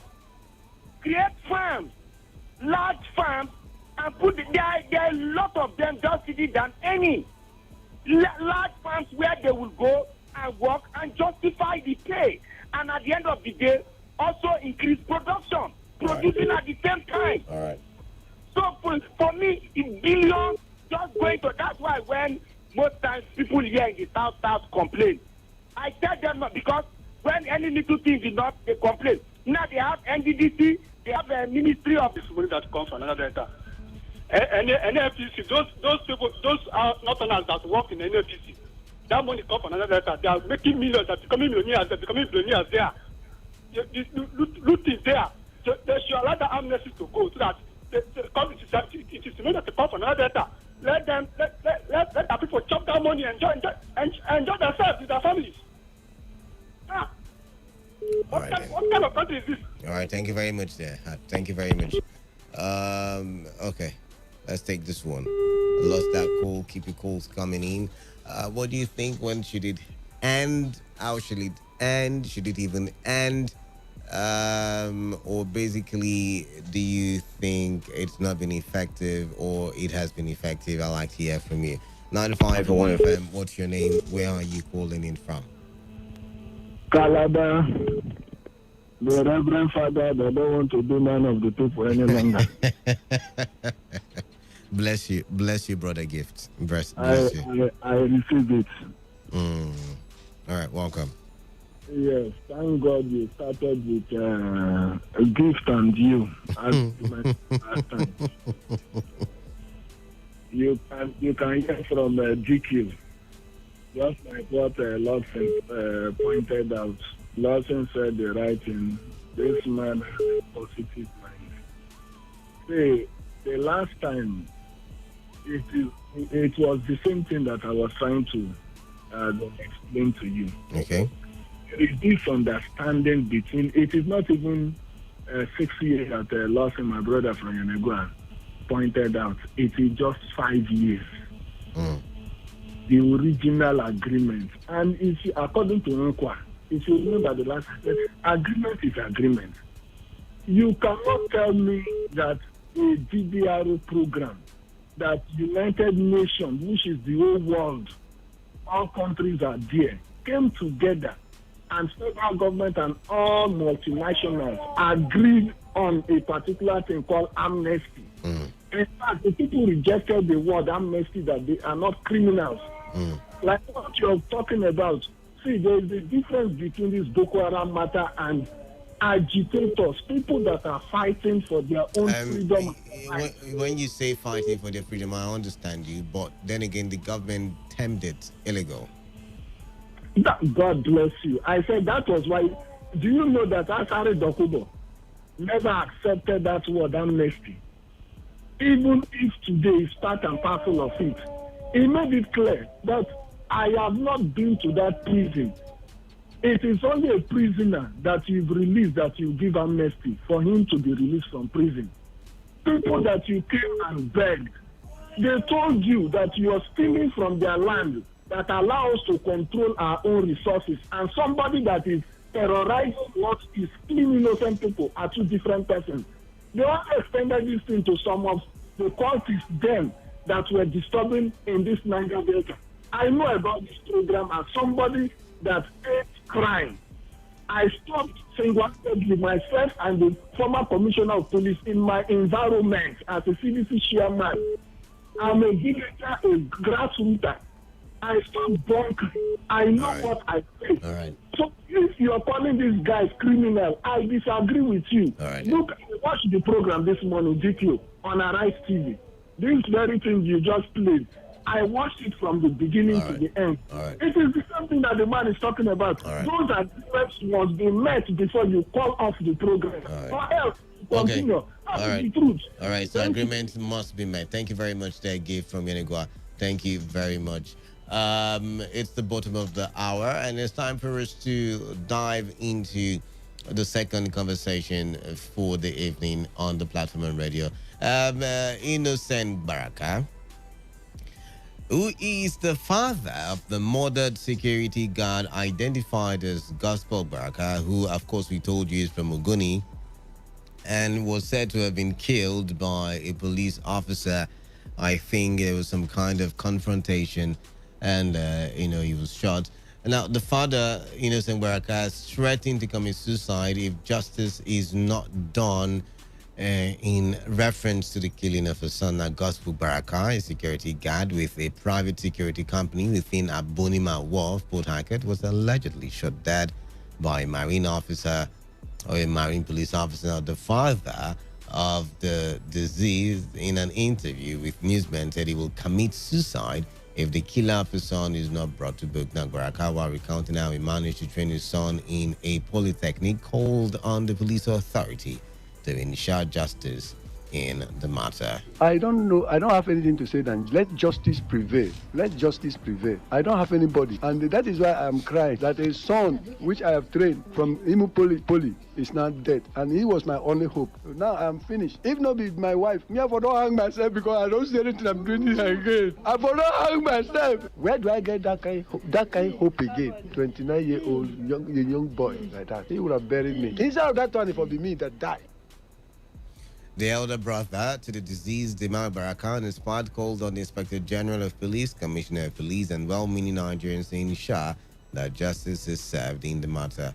Meanwhile, the right advocacy group Center for Basic Rights Protection and Accountability campaign, in a statement by its secretary Prince Vero, has called for an immediate and unbiased investigation into the incident to unravel the circumstance that led to the shooting to death of the deceased. Our correspondent gathered that the police officer alleged to be responsible for the killing has been detained at the Diob Mile 1 Divisional Police Headquarters. Okay. Why does it seem like police brutality is still a theme despite the recent NSAS protests? You know, this is not the first case of police brutality we get into here, even after the NSAS protest. And why do you think? I mean, you remember the DSS officer who was said to have been attached to the Speaker of the House of Reps, and he was said to have shot into the air, but he was actually the face of a newspaper vendor, and the person died on the spot. Why do we still have all these cases of security brutality even after the recent NSAS protest? What really are we facing here? A cancer that is incurable and coming out en masse to say,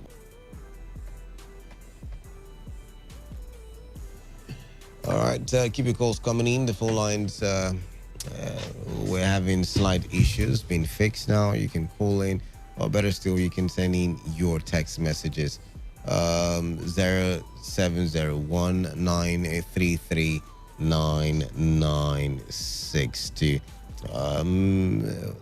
Text messages and WhatsApp messages to the number, or you can basically just call in 0817 000 0951 and 0810-951-0951. Let's try the phone lines again. 95.1 FM. What's your name? Where are you calling in from? Good evening. Good afternoon, Canada. I think it's evening. Good evening to you. Good evening. Okay, good evening, Canada. I'm Chief Kran calling from Rukwaku. Chief himself, welcome. All the way from Rukwaku. Welcome. Talk to me. Yeah. There's becoming a pandemic with the police. They are now known for killing innocent people. Look at that innocent security guard shot by the policeman. You know, most of these policemen, they are drug addicts. They take a lot of drugs. So they don't even know when they press the trigger to kill an innocent person.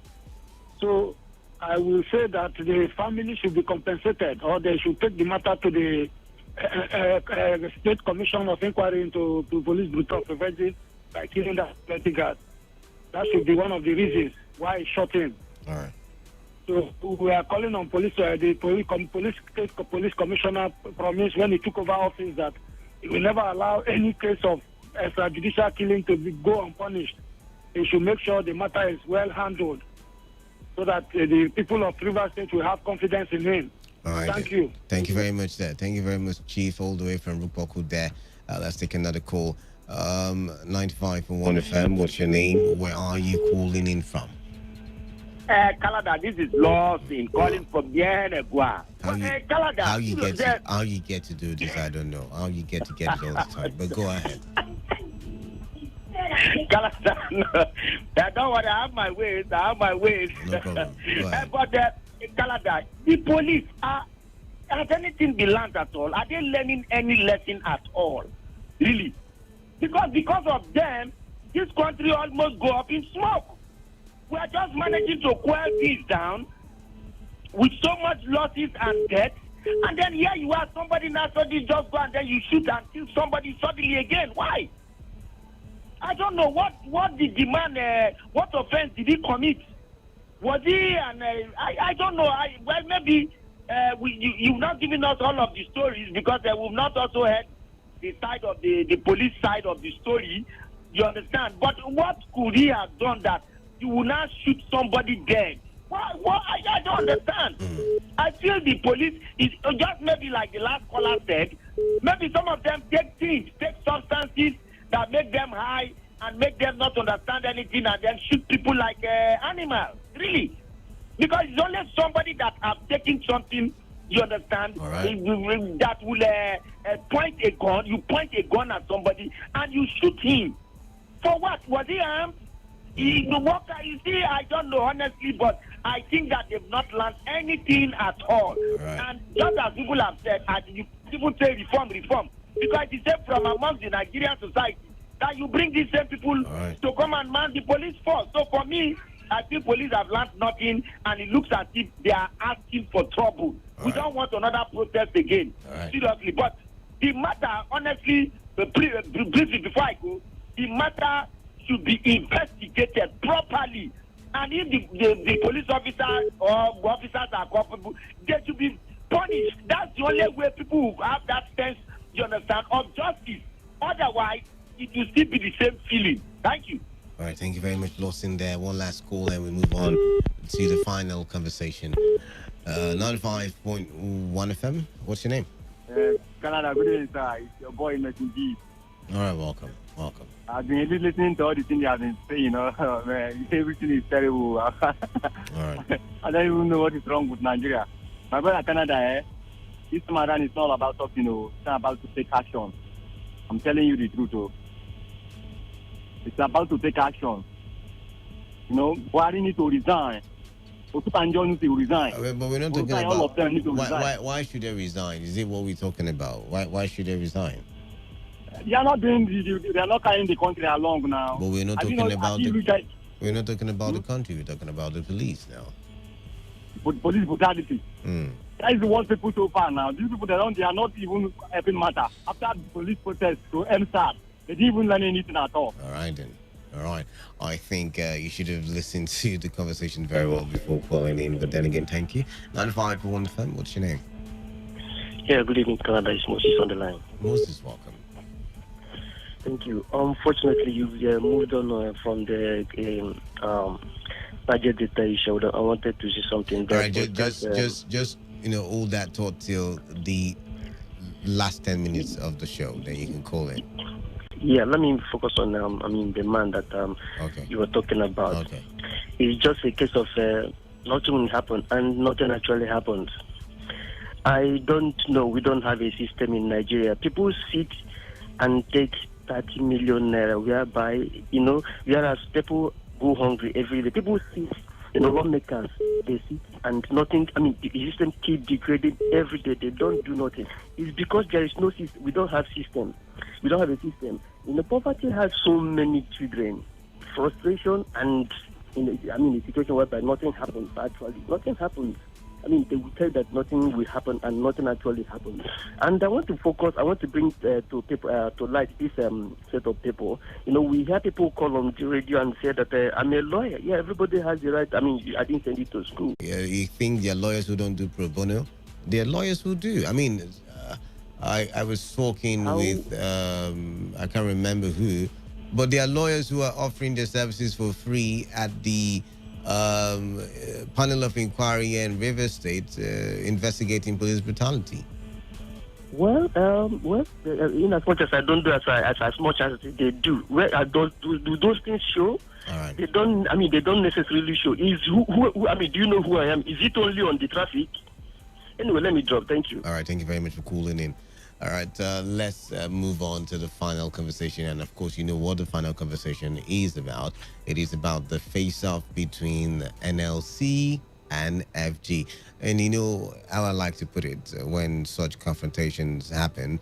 I like to say the Labour FC versus the FGFC. FGFC. It makes sense, right? All right, so you already know that the meeting between the federal government and the organized labor on the increase in fuel pump price and the electricity tariff yesterday ended in confusion as the labor leaders angrily walked out of the meeting. The meeting, which was meant to take updates on the implementation of resolutions reached during the three previous meetings, ended just 10 minutes after it commenced at the Presidential Villa Banquet Hall, Abuja. As the meeting commenced, the president of the Trade Union Congress, Quadri Olaleye, raised the issue of the latest hike in fuel pump price from 160 to 170, insisting on the reversal of the hike before the meeting can proceed. Olaleye said government is showing a high level of insincerity in discussions with them and is also putting them at risk with the people they are leading. Similarly, the Deputy President, Nigeria Labour Congress, Joe Ajero, also said the union had been under attacks over the slow pace of implementation of resolutions reached at the meetings with the government. But the Minister of Labour and Employment, Chris Ngige, assured that the issue would not be discussed during the business session and asked the media to leave the hall. However, as soon as journalists were out of the hall, Ngige reportedly said the issue of palliatives would be discussed first, while the labor leaders insisted on discussing the fuel pump price hike first. Following the disagreement, the labor leaders angrily walked out of the meeting. Speaking outside with newsmen, the NLC General Secretary Emmanuel Ubuaja said the union leaders stormed out of the session because the government team was not willing to address the latest hike in fuel pump price, which he said violated the understanding they had with the federal government. The meeting had in attendance the Secretary to the Government of the Federation, Boss Mustafa. So, the federal government was heavily represented. There was also the Minister of State for Petroleum, Silva Timipri, yet again, heavily represented. The Minister of State for Labor, Festus Keyamo, and others. Okay. How should the organized labor respond to the recent increase in pump price? How do you think that should happen? They have been berated, they've been criticized, they've been bashed, there's been a lot of backlash against them, talking about how they have taken sides with the government against the people. But right about now, they're saying enough is enough. We're going to stand our ground and we're going to represent the workers, the Nigerian workers, And so how should the organized labor respond to the recent increase in pump price?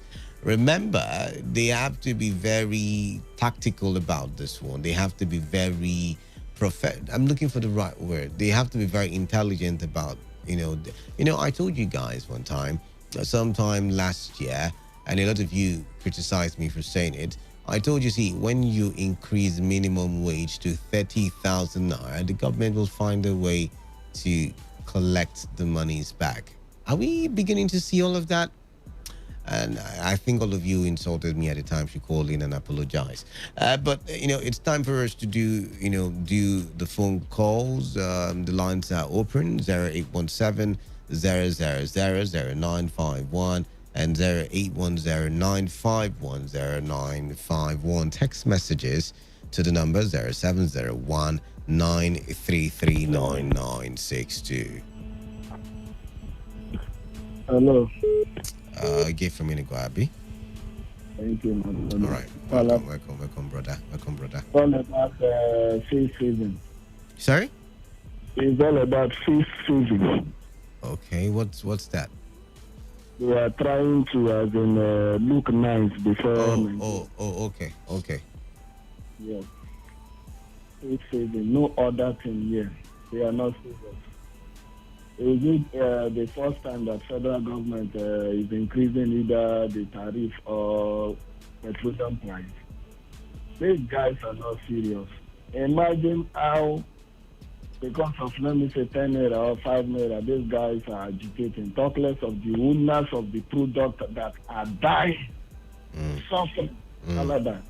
You can now understand where the Niger Delta man is telling you that don't ever use the word criminals for ex-agitators. These are the truth. You cannot tell me owners of these things, they don't have rights But look at now, CUC or NLC is complaining of 10 naira or 5 naira. Different. They should just close their mouths because they are not even helping matters. If these guys are doing their job, I don't think NSAS in the first place will come up. All right, then. All right. Thank you very much, Gabe from Uniguan. Thank you very much.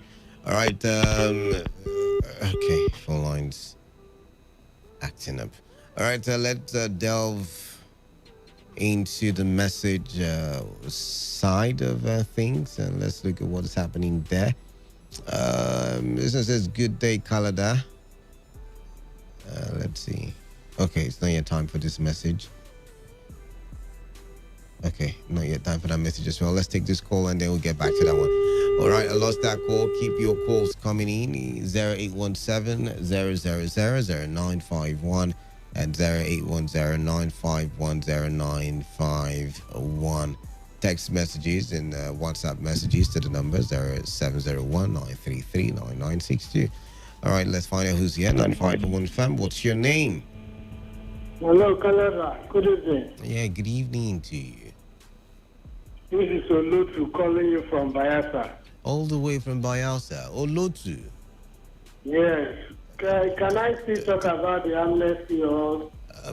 Let's see. Okay, yes, it's 9 minutes left on the show, so we can do the wrap-up session. Yeah, you go ahead and talk about it. Okay, please. For me, you asked a question if they should stop the amnesty. They should not stop it. At all. Because they should not stop it. It's our right. That is the only thing we are seeing from federal government. Just like what Lawson said. It was not only amnesty they agree with the Niger Delta youths. There are other things. This West Road is among. All the oil companies should come back to their own communities or own states. It's among the agreement. All right. But they decide to only face the youth because they said that one is lesser for them to do. They shouldn't stop it because they are even angry. If they can approve gold for Zamfara to use our own oil, they should not try it. All right. If they try it, it will be very bad. All right. All right, then. All right. Thank you very much all the way from Bayelsa there. 95.1 FM. What's your name? Yes. Canada, good evening. Yeah, Prince Andy, welcome. Yes, Canada, let me talk on the death of the Ogoni boy that was shot at Abonema Wharf. Canada is very unfortunate. All right. It's very unfortunate. I want to rely on the thought of losses. Canada, these people have not learned anything at all. All right. I see the SARS, the NSAS was a wasted effort. The death, everything that happened, the damages and all the rest was just like a thing of child's play. All right. I mean, these police officers, I don't know. Just like Lawson said, it's like they are taking something that is making them, don't remember anything at all. And you know the funny part. Somebody was talking about lawyers. What can lawyers do? They have list of matters in the court. We have people who are representing us. That is my own line of thought. If as this thing has happened, the senator representing Southeast, the House of Rep members representing that area, the House of Assembly member, the local government chairman, everybody came home, come back home, we fall into a roundtable meeting, ginger youth.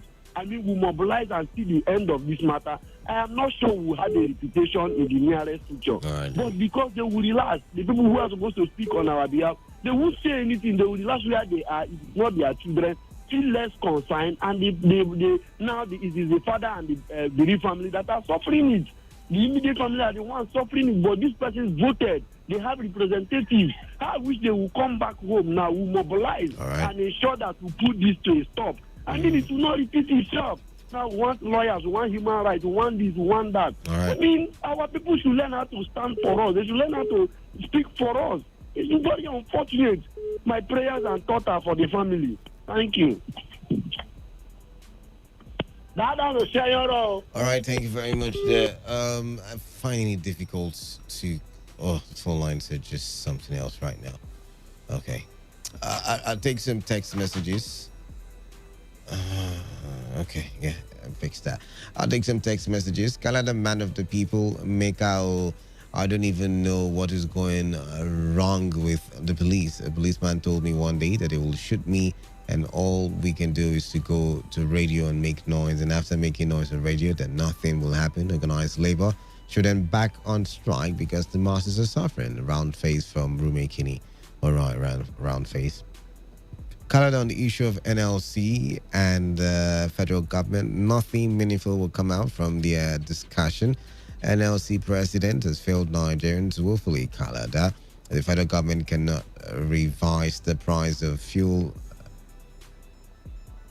Mark my words. NLC should go and sit down. Nobody will listen to them again. From Thank God at Twigbu. All right, let's see the phone lines if it's working. 95.1 FM. What's your name? Where are you calling in from? Good evening, Canada. Welcome. Thank you. How should Labour react? Yes, that could be a question. But what do you think Labour should do, and how should they, do what they want to do? There are two optional things Labour needs to do here.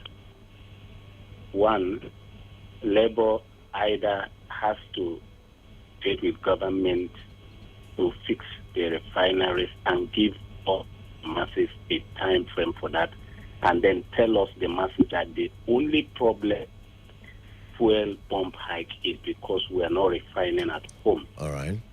Or then all of us are going to wait until that time and then suffer the consequences of the fuel hike price, which comes as a result rise in dollar or rise in the fluctuating price of crude oil. These are the two reasons why we are having it rising and falling.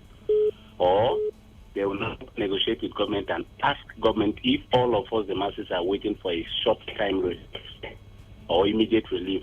They will negotiate with government and ask government to go back to city where government looks for money, wherever Labour or all of us, the masses, think they can get money and then subsidize the petroleum price and keep it at a flat rate price. Because the only problem we have, Labour, all our good economists, Patutomi, Professor Chukuma Soludo, Obieze Kwesile, Atiku Abubakar, all of them, including those in government, all of them didn't tell us the truth, that as long as you do regulate and the price of the raw material, which is crude oil, and production factors are rising, that it will keep rising. But the only thing they told us, which we thought was going to be a magic and spiritual miracle, was that there is something called market forces. All right. Then I have always told them that market forces was a mirage. As long as production and cost of raw materials keep rising, there is no magic market forces can do. Two things: either we go back to subsidy regime for us to stop having this incessant hike in pump price, or we continue with the incessant hike in pump price and the government fixes our refineries. All right. Those are the only things. All right, then. Thank you. Thank you very much for calling in, Bright from Rumibo. Let's take this call. 95.1 FM. What's your name? Where are you calling in from? Hello, Canada. This is Hart calling from Abuja West. Hart from Abuja West. Welcome. The president of Nigerian Labour Congress, national president, talking of national president, he has failed Nigeria woefully. All right. All the hope Nigeria has, Hello? he has misused. Hello? All right, we seem to be losing you there. All right, sorry about that. That's the much we can take on the show. You call us, or you join us again tomorrow. I beg your pardon.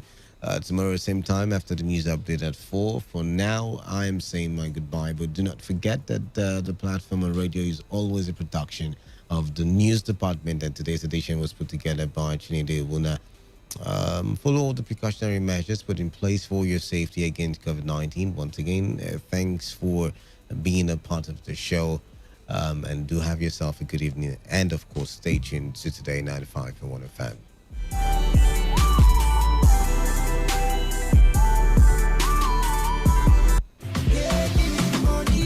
Are you in need of a secured investment company with a proven track record of delivery? Then visit Hawk Funds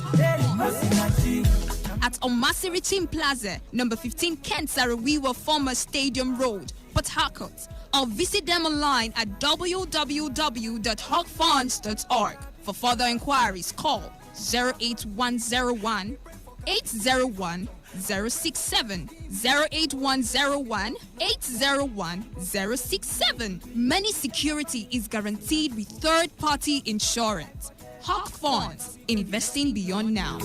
We dey travel, they go, they come. Everything we do, they prosper.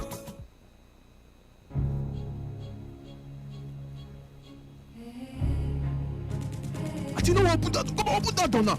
I go match on that. Oh yeah, give me that thing. Come on, give me the phone. Give me that thing. Oh yeah, shoot that police. They go. Insecurity has become a common factor in our general language within the Nigerian space, no doubt. Not only has it become a threat, it has begun taking diverse dimension we cannot ignore. A solution we seek. A desire to stop the trend is imminent. Wait up. 2 seconds. God, hey, Jesus. Straight bullet, though, what kind of country is this? A boy, I just said to go and buy something, what kind of thing is straight bullet from where? I'm finished, though. Directly or indirectly, we all have lost people, friends, family, or acquaintances as a result of insecurity. But is security only the job of the government? No, security is not one man's job alone. Every individual in the society has a role to play in order to achieve a secure society. We urge citizens and indigents to adhere and respect the laws of the state, report irregular activities to the authorities, and we implore security agencies to carry out their duties as stipulated by the Constitution and not infringe on the rights of citizens. If we work together, we can build the Nigeria of our dreams. This message is brought to you by Today 95.1 FM.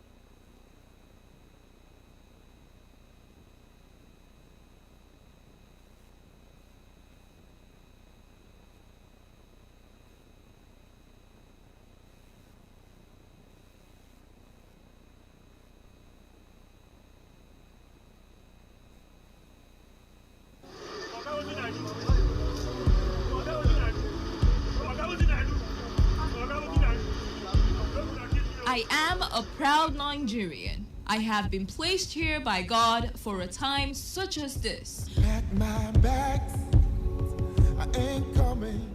The degradation, challenges, and problems faced by Nigeria are the perfect backdrop for me to develop and utilize my God-given potential. I will not complain. I will not criticize. Rather, I will use my skills, gifts, relationships, and experience to find long-lasting and revolutionary solutions to the many challenges confronting Nigeria.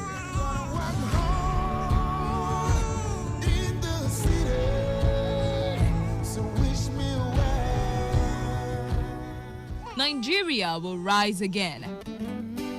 Because I am here, I will leave this nation a better place than I met it. I will work to make Nigeria a praise on the earth.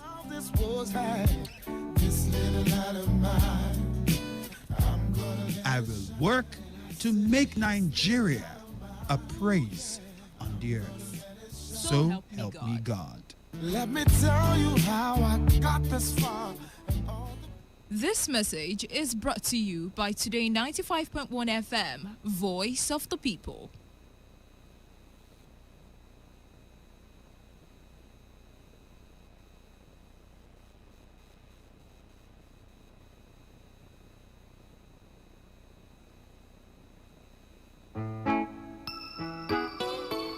Yeah.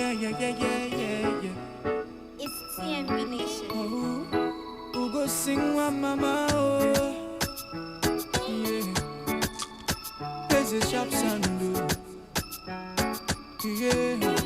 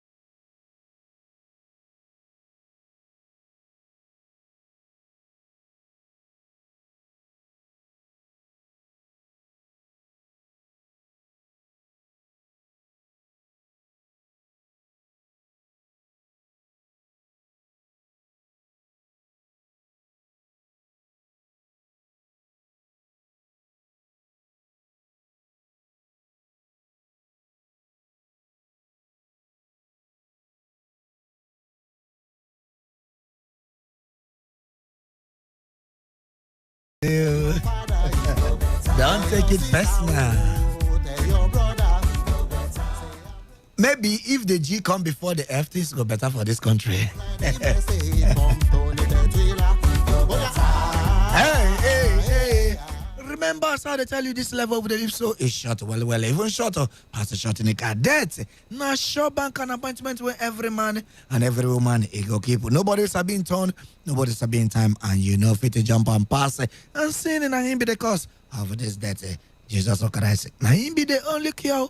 Make you carry your life, make you give about God. Because any life with outside Christ, it is full of crisis. I remember humble self is a buruburu one of today, 95.1 FM. Pastor talking drum, the Lord of the mic. Goodbye. Anya Batarani in the studio. Oh yeah, wrong for those who be serious pretender. Oh yeah, tell everybody he go better. And Mr. President, say for our nation. It's not the message from Tony Petwila.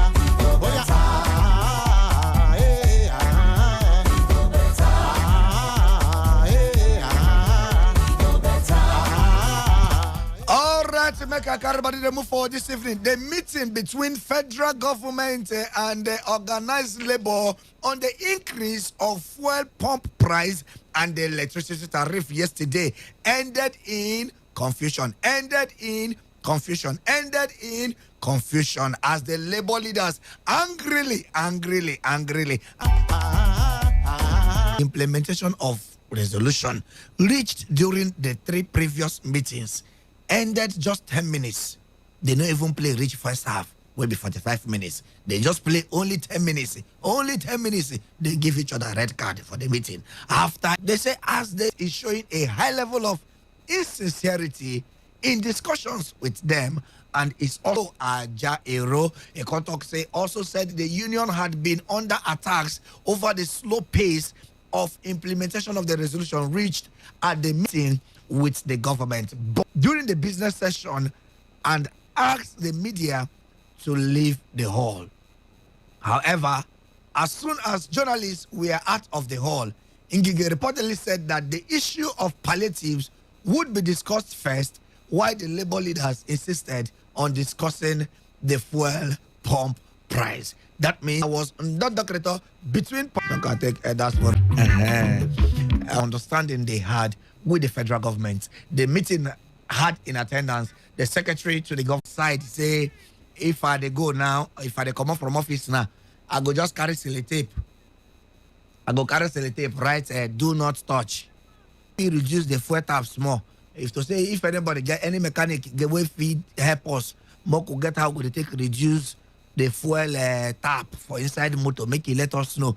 But at this generator or some people they reduce the fuel tap and all those things. You know, so Nigerians, once problem come, they must find a way to balance the thing. So that's one day. So inside my motor now, if you enter my motor, once you see the do not touch for the AC button, that's to tell you to make you no expect say AC go day on, because right now 170. And I know one professor, but I just talk from the look of things. Maybe before December we'll go here 180. Midweek of mid December we'll hear 190. Then 31st of December or 510-951. Now the phone lines to call to put mouth on top of this matter when I carry come this evening. So just call me if you get anything to talk inside this matter when I drop. So 0817 951 or 0810 9510. If you want, also join me. KINGDRUM.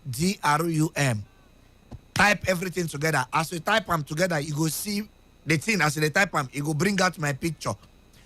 The picture where I wear white agbada with a boki cap. And so as he bring me out, follow that account.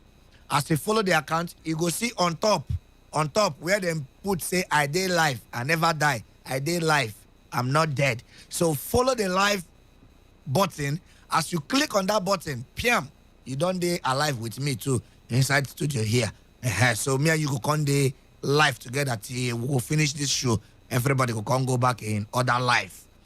So join me on top of Instagram. You fit also send your contribution on top of Instagram. I go read them out. So right about now, make I just take this music. Make I take.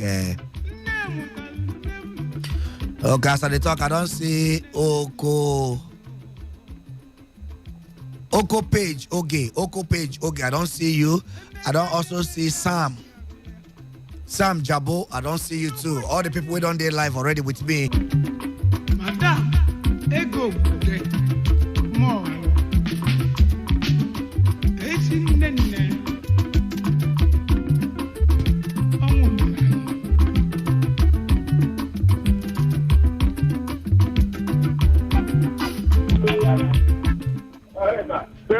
Say Baba. What's the problem? Talking drum. Good evening. You know what they pay me now? What did they pay you? Number 8 flyover. Number 8 flyover. Flyover for where? Ikoku Junction. Okay, is a welcome development. My brother, now that's the they use me to noise. Small things, 8 flyover. You know this money where it has used more this line for us. Round about. You know.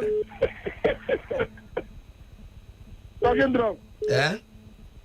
Are you a pastor on Sunday? I want to ask no vessel. You want put man for the matter when I drop a bit, you don't want put on. Make I pick another call. I go put smart now, put smart. You know now who you be to decide what is simple for me and we waiting no simple. My brother, you go need 200 though. 200 now with the wait for 9th December. 200, how you the target? Now, for 9th December. Now we say we're not going to use fuel again. My brother, you know use fuel, go peace, when it is, put inside motor. The man they were Indian and I go bring him. Nigeria, I never say anything. I could watch them. All right. Okay. Thank you very much. I'm done put smart. Hello, good evening. Hello, talking drum. Evening, my brother. Welcome inside this evening. Talking drum himself. Eh? He don't tell now they're following you. For where? I never see you. You follow me any day. I did call you. Oh, I'm in for phone. Call. You know they pick my call. Sorry. I don't know now. Even when you are new, they make your wife the reason well for that place. Where would the country now? Why you going to come call us when we want the reason? You don't know the right time to call. Hey, yeah, sorry. I wish I knew about not the call that time. They call when would they do something now? You know they get wife. I get now. Yeah, so imagine when you come the reason with your wife, person, your phone the ring. No, you don't start. Well, my name is Choose. I'm just calling from Edama. All right, Choose. Welcome. Yeah. So how is it? We did fine. This fair price of the thing don't they worry us for a long time now. Okay. I will take up Christmas rice now. Talking to. What is the money buy for? So that's where my family go eat. Because if I not buy phone, I not go get lights no even day. Talking drum now, wow, this thing don't hard though. That music where you sing just now, you go better. I don't know whether I'm better, it's better, it's bad, it's bad, they go. Even the boy wasting that song, it's never even better. For inside. So I don't lost. We are in there now.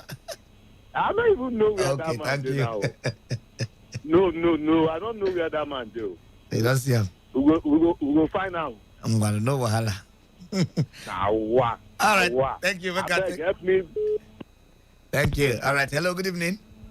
Hello, Pastor Kendall. This is Hart calling from Ahoda West. All right, Mr. Hart from Ahoda West. Welcome.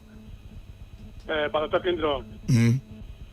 The way Nigeria did now and the fuel price, and I think if they ask me now, I would say we don't have government in this country. Okay, if they ask you now, you say we don't have government. This 8 years of APC leading this country, it's a waste for me. It's a waste. There's nothing to record about. There's nothing to write home about. they have failed this country. They increase the burdens, or they specialize in increasing the suffering of the poor masses. They specialize in increasing the burdens of the poor masses. They specialize in causing problems in this country, causing hardship, causing more suffering in the lives of the poor masses, destroying our economy and destroying democracy, destroying rule of law. This rubbish government we have in this country. This is failure. This is failing government. APC government is a failed No. Take a miss. I don't say the verse. Wait, nah. Hey, take a in don't even use verse because come they talk like person when they do debate. You just like say the man cram the thing come. Okay. What heart no verse, but we know they use all those kind of words. All those words, those they are silly and foolish and all those kind of things. We know they here to take curse anybody or insult anybody. Just make your contribution and Moko just take them up from there. I beg, no insult anybody, no curse anybody, no use hate speech on anybody. The only way they permitted to use na love speech. Okay, I'll try. Bishop Onyama biko bilinu wando ezigbo mmadụ adịrọ n'ufecha nke onye na-eme n'okekwe na wọnụ ezigbo mmadụ adịrọ fecha Bishop Odeni ezigbo mmadụ adịrọ fecha nke onye na-eme kekwe ji wọnụ nnukwu mmadụ adịrọ fecha Bishop Odeni.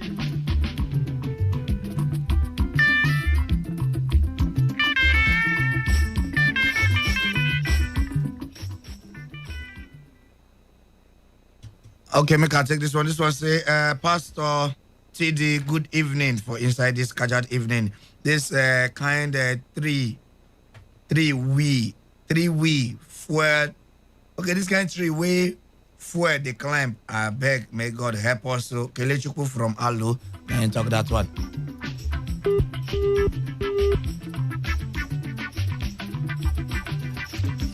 Okay, all right. I think somebody for Instagram he said, good evening, my brother. Good evening, my brother. Talking from hello. He said, federal government increase fuel price. Go fit. I try to read that one. Okay, because plenty people don't send in a lot. Okay, we're gonna take this one. All right. Okay, he said he go fit stop the recession. Okay, I am highly disappointed with these present Nigeria leaders. Federal government should make people happy. Okay, and the one way try send. Okay, I think the best way send that one Amadi 71741. Okay, I beg if it send me text messages, more of text messages, please. Send me more of text messages because the line they get one or two higgy haga. Okay, or if it send for Instagram, I go read them too. This one say, Pastor Talking Drum. Good evening. Their target is 200 naira before Christmas. God is watching them. Christopher Nodim from Omoye Echie. Now talk that one. Okay, make a check WhatsApp if anyone don't do inside for inside WhatsApp. Okay, this one say good evening, Pastor Talking Drum. All this hike in fuel price is inflicting more pains on Nigerians. We are being overstretched. Make the government try pity us. I am Uche Donaldson from Port Harcourt. Okay, Moko is say all right. Hello, good evening. Good evening, Evening, welcome. Samankwe. Okay, Samankwe, my very good friend. Samankwe, take this one.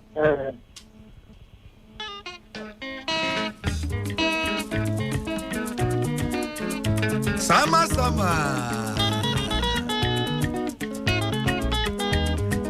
Sama neriego na Port Harcourt. Samale.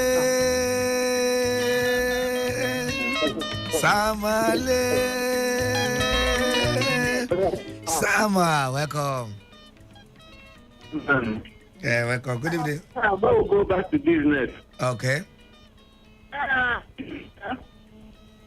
If Nigeria want better today, if Nigeria want better for today, you don't make Nigeria be good.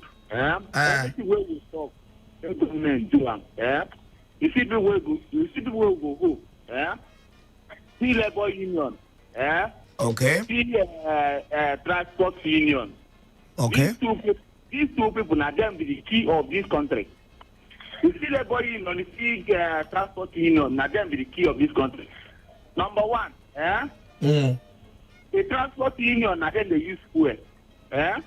Okay. Two, labor union, now then they be saying, and then they provide everything with this country. They use it from siege. Okay. You see, I where did this NSCA president? In a day, they produce 20,000 barrels in a day. They use 5,000 barrels. Now, when Nigeria they go buy the remaining 15,000 barrels. They come they sell for us. And that the same country when the labor union come up for that meeting. Now that the same day when the labor Nigeria stand for the jail. Through 951, and this person say,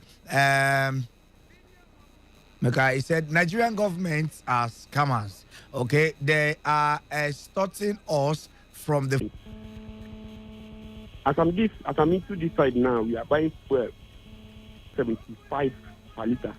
I bought 175 this morning. But they use the defraud us. They defraud their own people. One or the number na checking na check wow. Okay, I don't know. You say your name na Onyesum. I hope it's not Inyesum, but your own is Onyesum. You know, there's a big difference between Inyesum and Onyesum. Your own is the question. Onyesum, you are alone, my brother. Nobody's following you. But Inyesum, people are following him because he is a Mr. Project. Okay, make I take this other one quickly. This was a pastor. Good evening. I am Sweet Baby. Pastor, what kind of heat is that?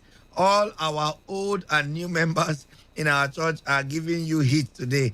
Pastor, try you. When they increase the fuel of petrol, the price of petrol, they will complain. They reduce the price, people will still complain. Pastor, that is human being for you. God help us. Okay, Moko Simura will take one or two calls. All right, this one on connect. Hello, good evening. Talking drone is a guru maker.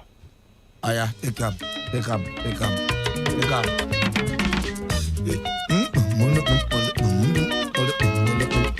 But come out the toothpick for your mouth. Is a guru one of Ikore land. Take him again.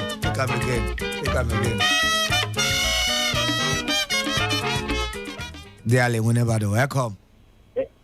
They call you from Rockwood. Oh, yeah, no, where my land? You don't sell my land to give another person. Get up. Not stop. How will you say the plot of land allocated to me by Ikwere community? You sold it.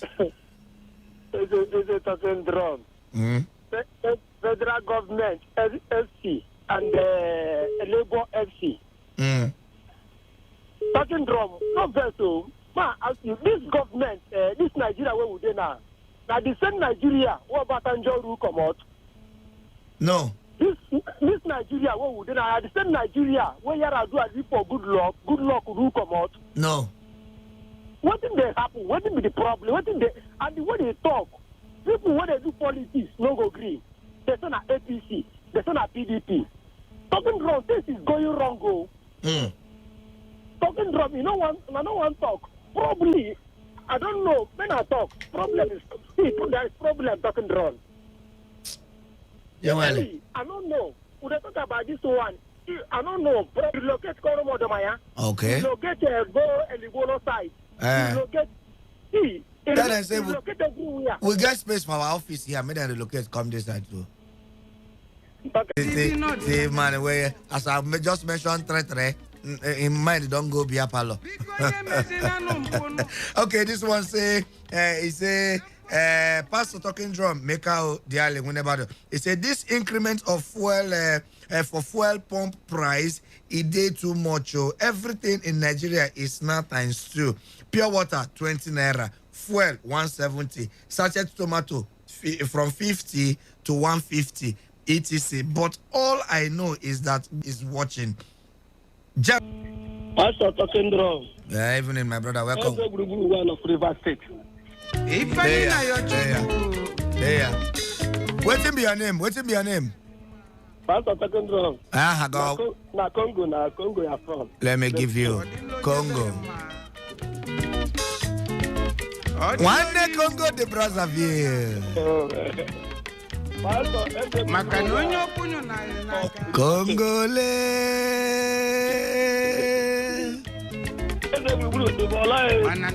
Engagé, man.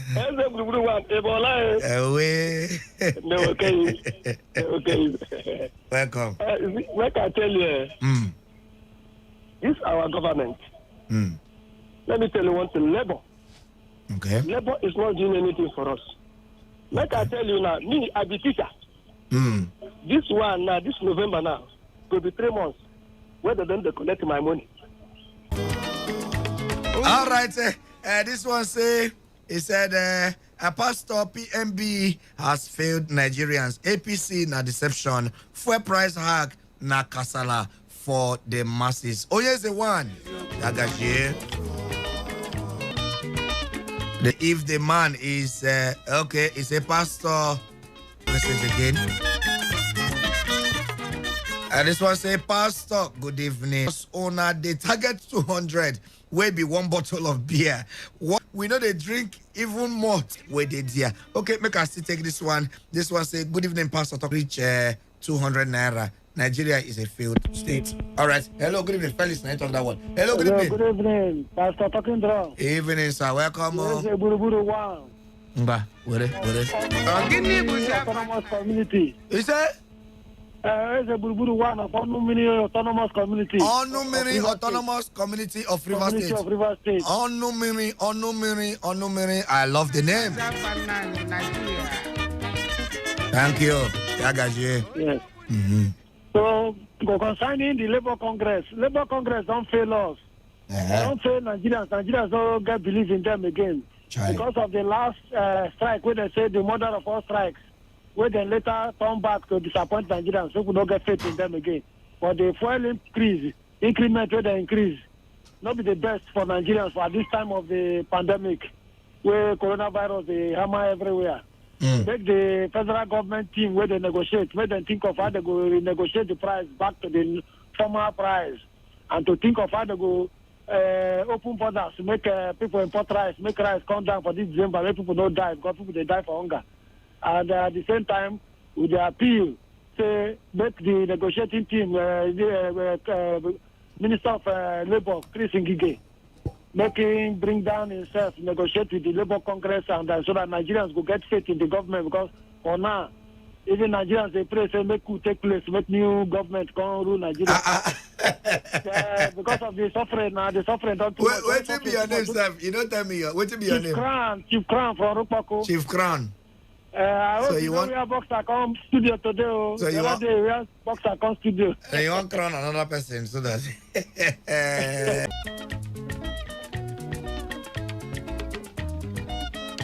Nigeria. Yeah, hello. Yes, don't plenty. People with the advice and where they do round table with them, that they know they see what things they happen for the country. Take this address. Take this address. Take the address. I know the address. No. If they come from MCC, that's Ikore Road. As you pass MCC, you get one gate where they by the right. Where they opposite that secondary school. Drive enter there. As you enter there, just anybody where you see for inside that place, ask and this question where ask me. Pastor. February 22 don't plenty. I don't tell you where I go talk this. In a fear? If him don't tire, make him calm down. Okay. All right. No problem. We don't hear you. Thank you very much. Well done. Mhm. Well done for your work. Ayana, who say Tila? Anamele Chile, where Ayara? Anamele Chile, where Ayara? Now God will look now. Human being don't fail us. Now God will remain. Hey,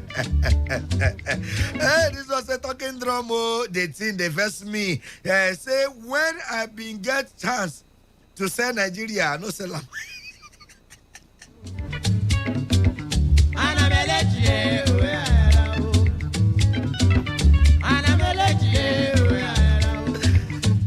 Guy human beings are in this country. Okay. All right. Hello. Hello. Pastor talking drum. Yes, it's Pastor Talking Drum. Good evening, inside this evening, madam. Hey, so I don't get you today. Can you imagine? He didn't find me. Pastor, today is my first day. I give me chaka chaka. What's be your name? My name na Obi. Obi? Yes. You said today is your first day? Yes, today is my first day to call you. And I try you and they make us laugh well. Go find man, no. Oh, no. The man no go feel leave you. Don't like you well. I'm gonna give you a dog this thing. Take. Take come. You don't see him? Now police dog go. The thing don't even cut. Hey. But I take this dog now for you. And this dog they represent to them. Now they made them village dog. Now I can't give it so. Okay. All right.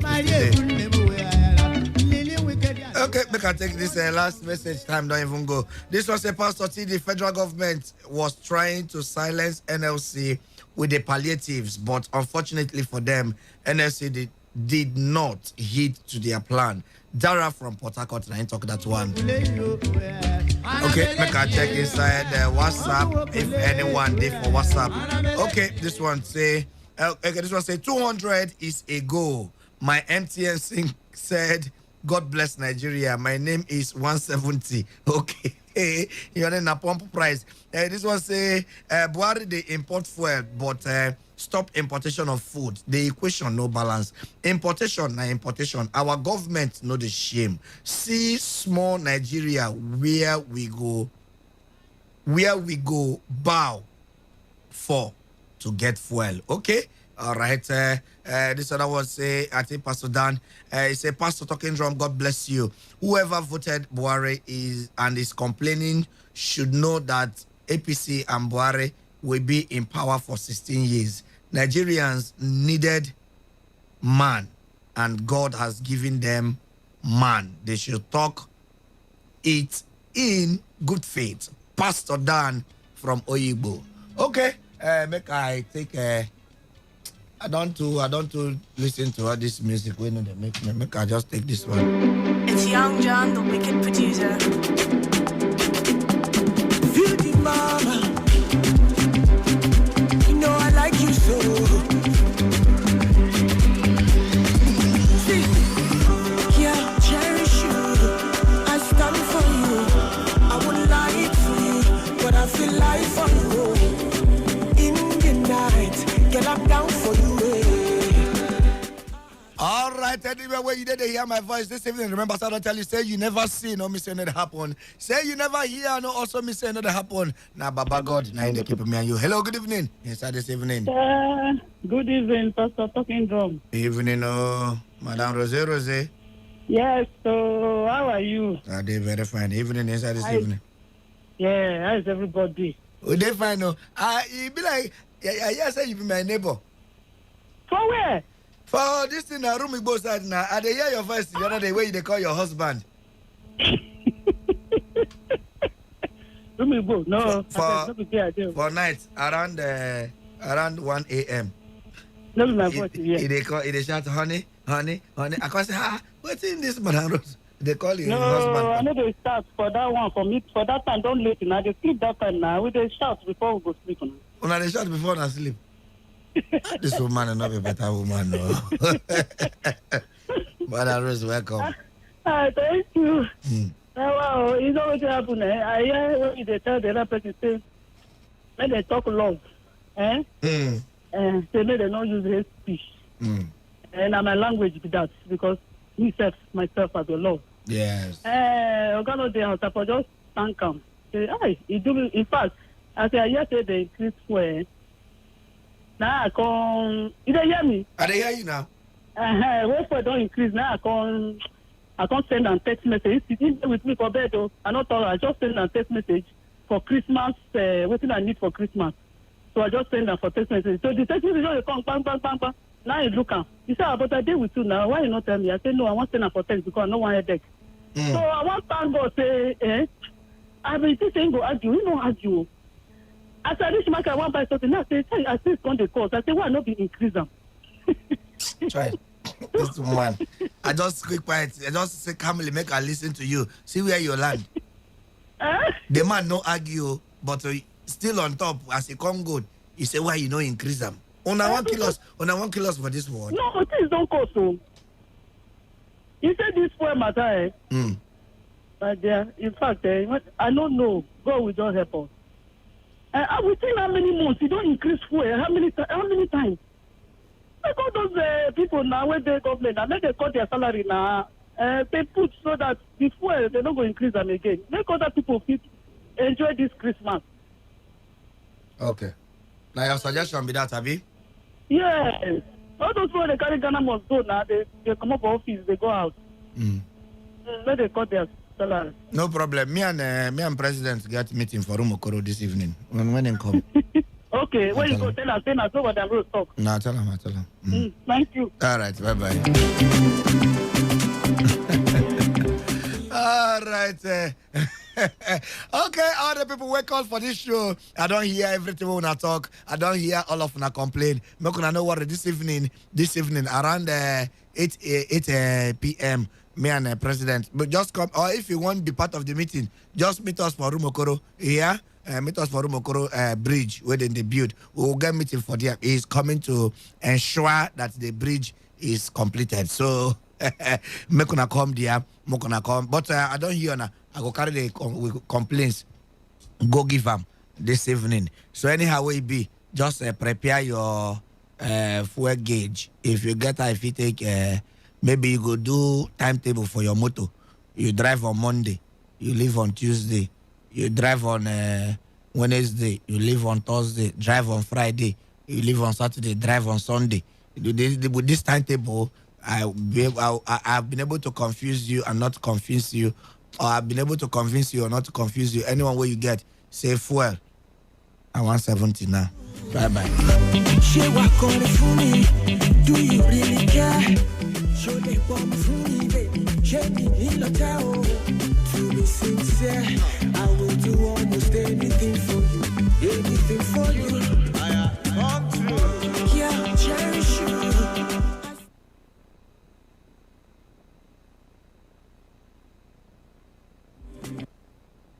The people.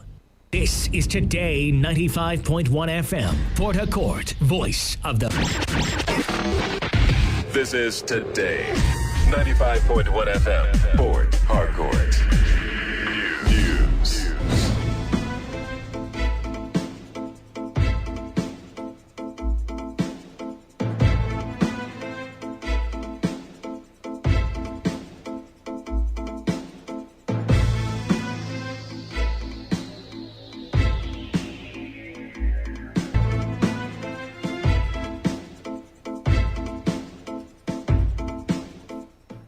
Good evening. This is the World News on Premium Talk Radio, Today 95.1 FM, Port Harcourt. I'm Wisdom Obina in the headlines.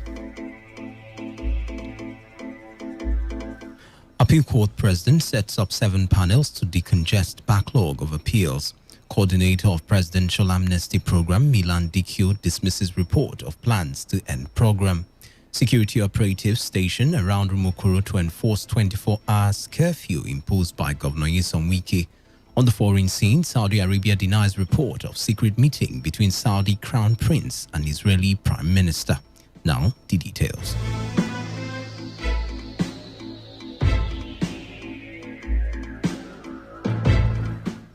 The president of the Court of Appeal, Justice Monica Dongban Mensem, has set up 7 special panels with a mandate to decongest the backlog of appeals. Justice Dongban Mensem disclosed this in Abuja during the maiden edition of the meeting with presiding justices of the 20 divisions of the Court of Appeal, tagged Working Conference of the Presiding Justices of the Court of Appeal. She explained the processes. The appeal court president noted that since presiding justices were heads of the divisions, they can go ahead and take charge and keep up with the tempo in their various jurisdictions. The special panel are expected to sit in 2 sessions daily and will work for 3 days to dispose of over 100 motions filed at various divisions of the court. A federal high court has ordered Senator Ali Ndume to be remanded at Kuje Correctional Center for failing to produce the former chairman of the defunct pension task team, Abdul Rashid Maina. Ndume, who is representing Borno South, stood as surety for Maina's bail, who is standing trial on alleged money laundering charges. However, Maina has repeatedly failed to appear in court for the continuation of his trial. In a bench ruling delivered by Justice Okona Bang, the court ordered his remand pending the fulfillment of his bail bond, which is a forfeiture of 500 million naira to the federal government. The court also empowered the federal government to sell Senator Ndume's property at Asokoro in order to recover the 500 million naira bond. Ndume's lawyer, Marcel Oru, however, vowed to appeal the court's ruling. Maina's trial in absentia was adjourned to November 24th. Ondo State Governor Rotimi Akeredolu has reorganized his cabinet following the removal of Adekola Olawoye as the Commissioner of Justice and Attorney General of the state. Governor Akeredolu replaced Olawoye with Charles Titiloye as the new Attorney General of the state. In a statement by the Chief Press Secretary to the Governor, Segun Ajiboye, Titiloye's name will be forwarded to the State House of Assembly for confirmation. Titiloye, who is a human rights activist and a social critic in the state, was a former secretary of the Nigerian Bar Association, Akure branch. The federal government has disclosed plans to end fish importation in the next 2 years, saying it has already ordered fish importers to consider farming and production locally. Minister of Agriculture and Rural Development, Sabo Nanuno, disclosed this while speaking at the 35th Annual Conference of the Fisheries Society of Nigeria in Abuja. He noted that administration of President Muhammadu Buhari has initiated and is implementing programs, especially in the agricultural sector, to diversify the economy. Nanuno, who was represented by the Director of Federal Department of Fisheries, Ime Umo, noted that an estimated over 12 million Nigerians are actively engaged in primary and fish production, adding that contribution of fisheries to the national gross domestic product is about 4.5%. At least 7 soldiers have been feared dead following a landmine ambush in the northern axis of Borno State. The ill-fated soldiers who were on escort duty on Route Baga came upon the landmines planted by suspected Boko Haram members. The insurgents followed up with heavy gunfire on the convoy.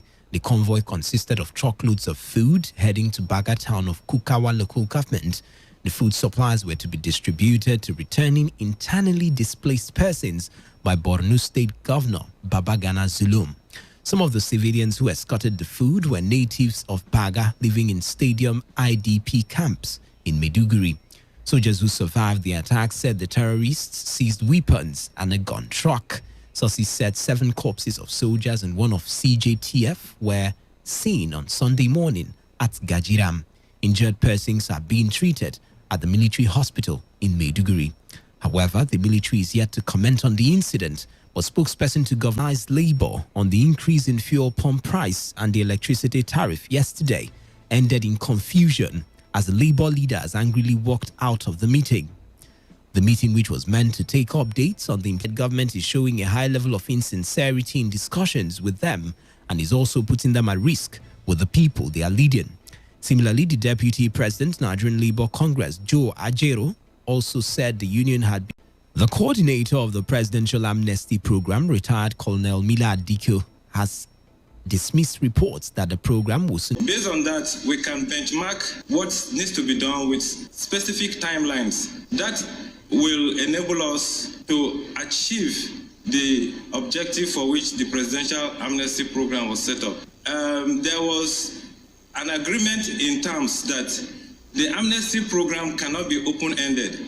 However, the general sentiment expressed is that there were promises that were made that are yet to be fulfilled.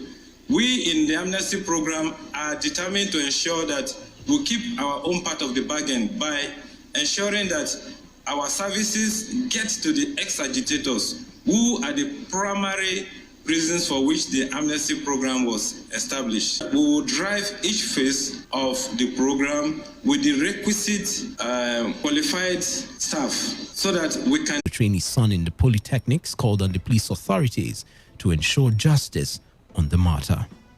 I don't know. I don't have anything to say than let justice prevail. Let justice prevail. I don't have anybody. And that is why I'm crying that a son which I have trained from Imu Poly is now dead. And he was my only hope. Now I'm finished. If not be my wife, me I for don't hang myself because I don't see anything I'm doing this again. I for don't hang myself. Where do I get that kind of hope again? 29-year-old young. Killing has been detained at the Diob Mile 1 Divisional Police Headquarters.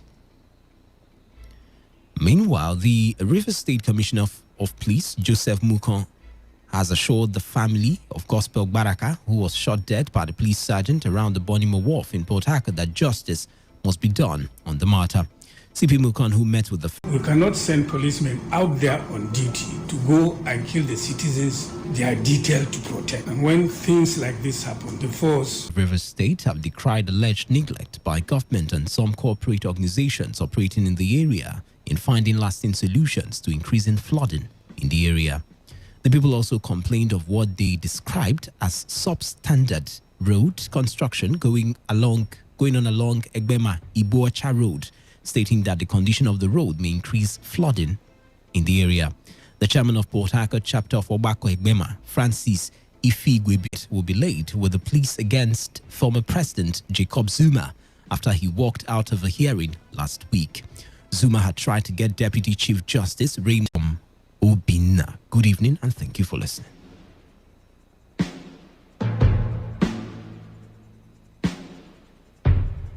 They needed for this life, oh, make you know they use one kind eye. They look things where they happen for your life like that, oh, even to born pikin self. Make I ask you, how many pikin you want get? You sabi say you fit control the number of pikin you get and their age spacing self through family planning. With the help of professional healthcare provider, you fit get safe modern bed spacing method where they work wella and wey go better for you, free of charge for any government-owned healthcare facility. And they advise say make you wait at least 2 years before the next belle. No carry your life dey blow. Take charge, control your life with small space after each pikin wey you born. E go make sense for you. Everybody deserve better life. Family planning go give you better life. Remember say COVID-19 still dey. Use your face mask properly. Wash your hands and use hand sanitizer plenty times. And minus yourself from places where plenty people dey. This message now from Saving 1 Million Lives program for result, Rivers State Ministry of Health.